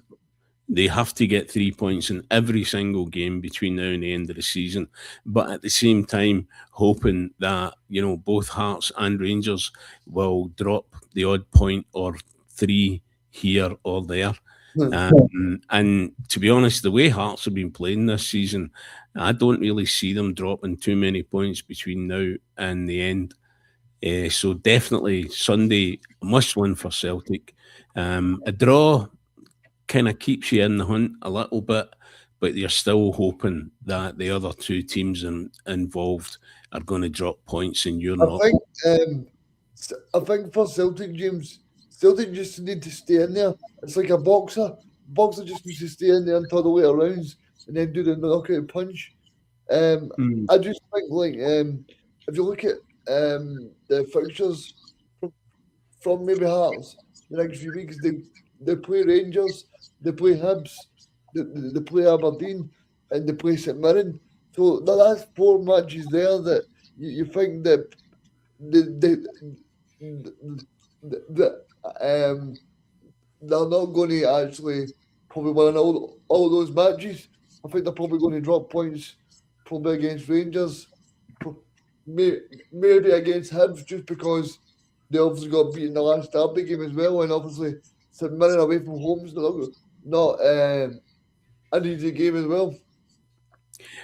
Yeah, I mean, I think I would agree with you that potentially it's Aberdeen and St Mirren are the games where they theoretically will win without too much trouble. Dropping points against Hibs and Rangers would seem a much more sensible option to take.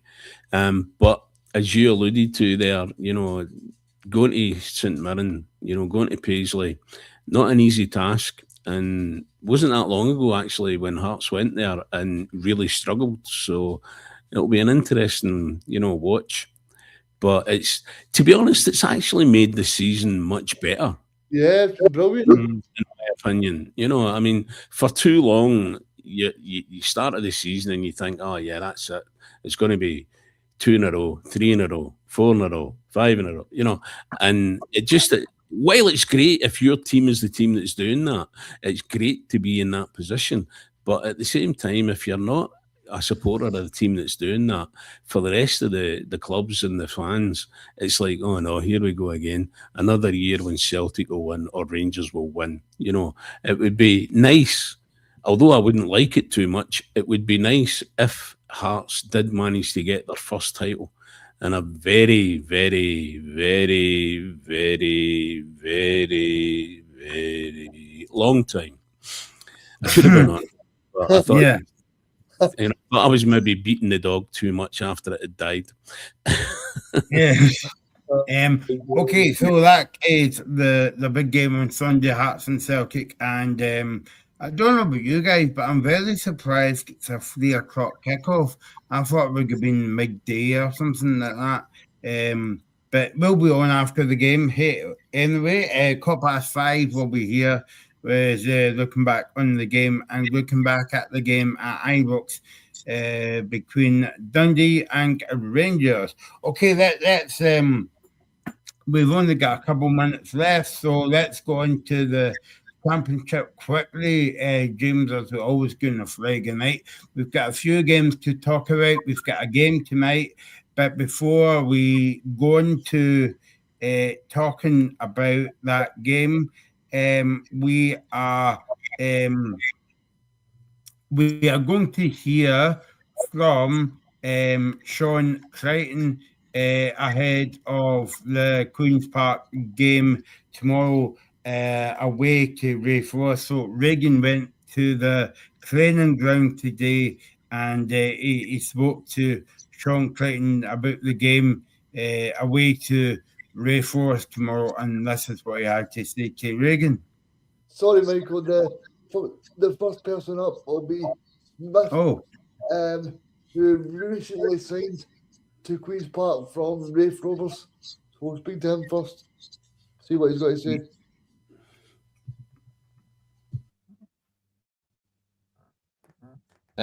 For myself, I came here and I've just been training. I've not played any games, so for me to get a game now will be really exciting. I've trained long enough. There's only so much training you can do, but now I'm really looking forward to the games coming up. Yeah, I mean, to play against Rafe as well must be special for you as well, because you played for Rafe as well, and obviously playing back-to-back matches against them now would be a special place to score for you as well. No, definitely. Obviously, I really enjoyed my time at Rafe, and it's quite ironic that the first game kind of lands against Rafe Rovers and it's away. So, no, for me, I'm really excited and really looking forward to coming back and seeing all the faces, and no, really look forward to the game. Obviously, you played with the manager before. What did he sort of sell to you about Queen's Park? Why this was a place for you to be? To be honest, I spoke to the gaffer and he said it to me right away. Obviously, having played with him, I know what he's all about. I know what he brings, and he knows what I bring. So we had a good relationship before, and I just thought it was the right place for me to come and enjoy my football again. Yeah, I mean, the club's been doing well in recent matches, apart from the disappointing match on Tuesday night. But how important is it? It's a squad that you bounce back very quickly. Not exactly that. As you say, it was a disappointing result the other night. I wasn't involved, obviously, but the boys are really down about it, and I think it's really important that we bounce back. You always look on to the next game, and the next game's Rafe away, and it's really important that we go there and try and get a result. Yeah, I mean, do you think that in terms of these back-to-back matches, do you think that first match can have a say on the second match if you can sort of lay your foot down there? And Aye, definitely. It's always a psychological battle when you play a team 2 times in a week. You kind of suss them out the first game and see where they're going to go, and then the second game's wee bit mind games because you've just played them recently. So the boys are really looking forward to 2 games. Being from the Fife area, been any chat with local friends and stuff like that about you playing Rafe back to back? Aye, a lot of my friends are Rafe supporters. I know a lot of Rafe supporters, so as soon as they seen that I was due to go back there, I've had a few messages. So a lot of people will be excited for me to go back there. Yeah, and obviously that I think especially this season, the Championship's been a great league to be involved in. You look at you've played at many clubs, Airdrie, Hamilton, places like that, and the Championship's a great league in Scotland. No, definitely. Obviously, everybody knows what the Championship's like. It's tight. It's always fierce. It's competitive, and to be a part of it is always brilliant. It's always tight. It's never a game you go into you think it's going to be an easy game. They're always tight games. So to be a part of the Championship again, and it's always a good league, and this year's no different. Being a forward player as well for yourself, you must be looking to score goals and help the team as much as possible. Aye, exactly. That's what I've came in to try and do. Most places I've went, I've managed to. I've been lucky enough to score goals and chip in with goals and assists. So that's what I hope to bring here. I feel like we maybe need that at the moment, some goals and assists. So I feel like I can bring that into the team, and I'm really looking forward to try and do that. See, in terms of the staff you've got here, like Sean and also Jim, who's actually been an experienced coach. Yeah. Is it good for you in training to learn off these guys and see what they've got to say as well? Oh, definitely. You're always trying to learn. I'm 26 now, but I'm still young enough that I can learn off people, and the gaffer's a great manager and a good coach, and the same with Jim, as you say, he's experienced. He's been in the management a long time, so I'm always listening and trying to learn. For Queen's Park for the rest of the season, obviously it's disappointing that you went out the Scottish the other night, but it's all about trying to build momentum in the Championship and then obviously on to Tuesday night against Rafe again. No, definitely. I think obviously now that we are out the Scottish, the main focus is in the Championship. Keep them in the league, and then anything else a kind of bonus. But for us, it's just focusing on the Championship, and obviously we've still got the KDM trophy as well that we're really wanting to push in. When I came in, I was really excited and really looking forward to getting going, and it's just been a bit of a nightmare that I've not managed to play a game of football yet, but I'm really excited for that coming up. All the best for the match tomorrow. And thank you very much for talking to me, Carl. No, I really appreciate that. Thank you very much, mate. Thank you very much. There you go. That was the interview with Callum Smith from Queen's Park. And I suppose if you want to hear that interview again, I think that will be up on our TikTok page as well. I'm looking at Reagan here about if I've got that wrong or whatever. But if you want to, if you want to follow us on TikTok, that's the address there, and you can see Reagan's brilliant videos that he posts every minute of every day. So that's good. Now, I think we're going to hear from Sean Clayton, the Queen's Park manager, that you spoke to him after you spoke to Callum today, Reagan. About the game tomorrow. Michael, I'll just play that for you just now, okay? Yep. Sorted. There we go.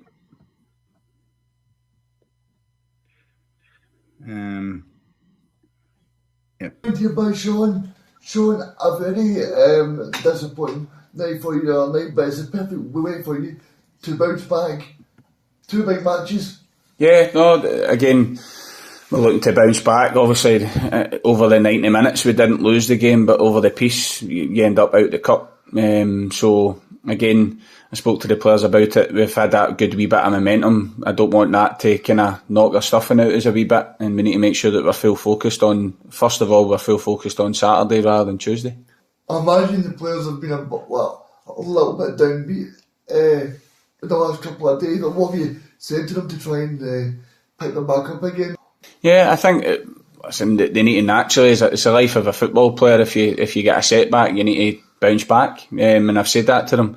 They were obviously disappointed. I was really disappointed in the outcome of the game.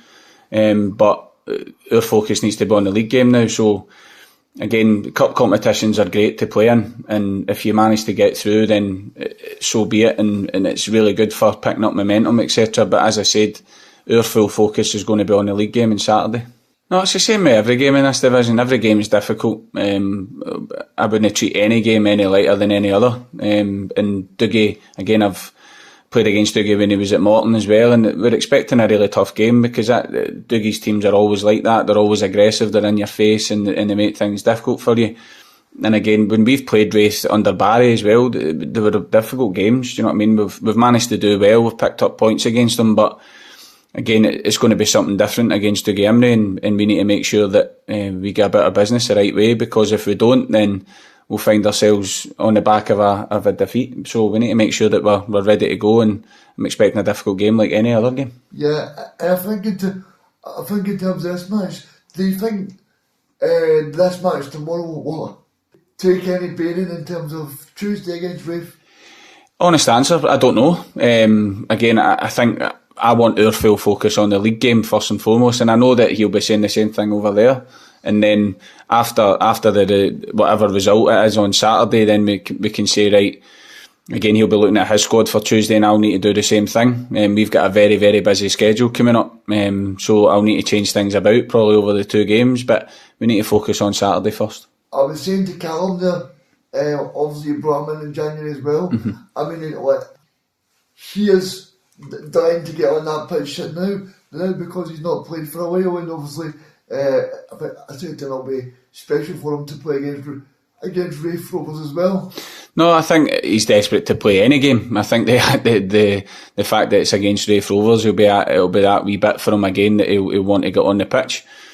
Callum's managed to come in and fit in well with the group, and he's obviously we can't play him on Tuesday night because he's cup tied, so he'll probably feature tomorrow, whether that's he starts or he comes off the bench. He'll certainly feature at some point because we're desperate to get him on the pitch and get him to make his debut for the club, and it's kind of bittersweet that it's against his old club. So no, we're looking forward to seeing Callum, and I'm sure he'll be looking forward to getting on the pitch. Yeah, in terms of tomorrow, have you got any players injured or any players coming back?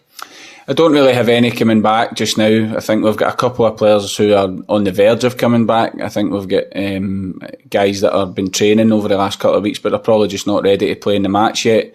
But no, it looks as if I've got a kind of full bill of health for the other night there, which I'll be honest, I was worried about because, again, do you know what I mean? It wasn't the easiest of pitches to play on, etc. And the guys were tired, the legs were tired, obviously getting any extra time, etc. And mentally draining as well with everything that went on. So, but no, they've come through fine, and we're all good to go.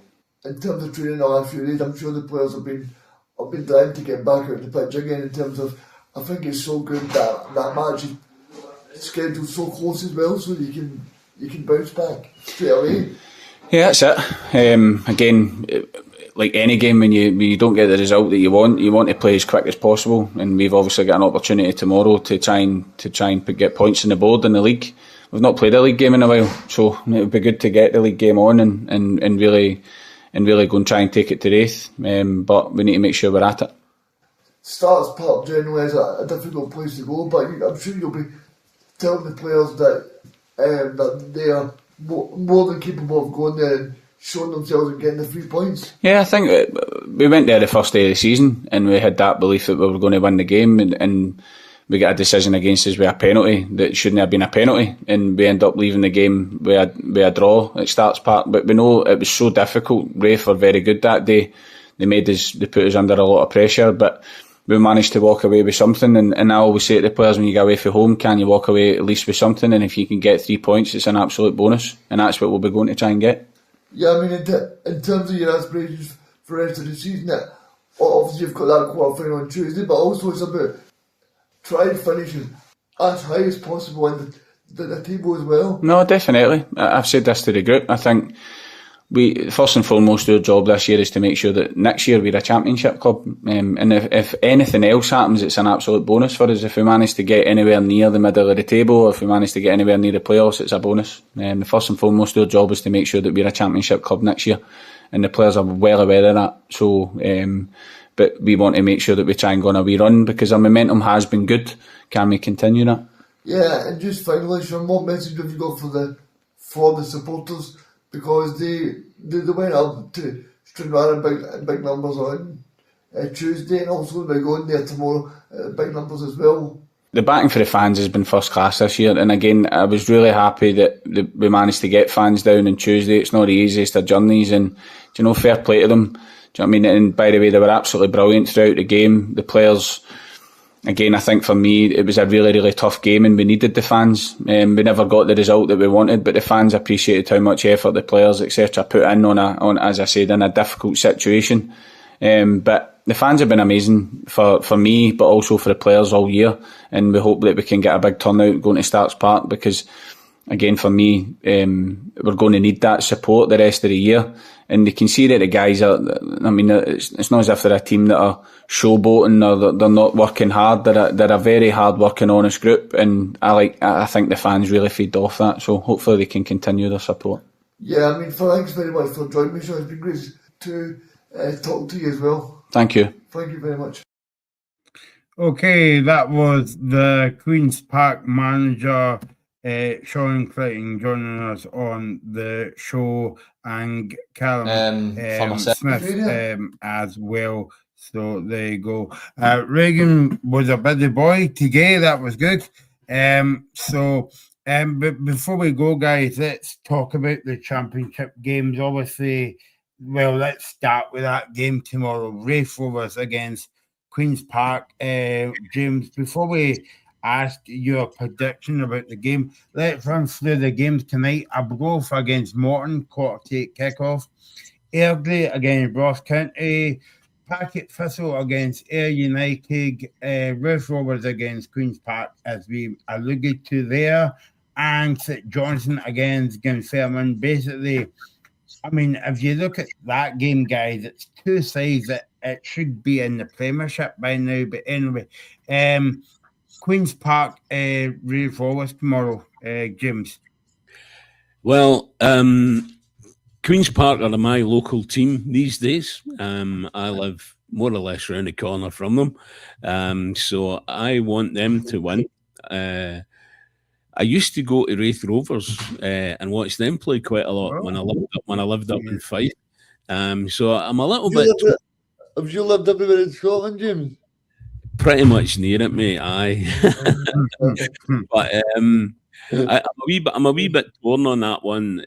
But I'll go for 2-1 to Wraith. Reagan, what about you? I think I'll go 1-0 to Queen's Park.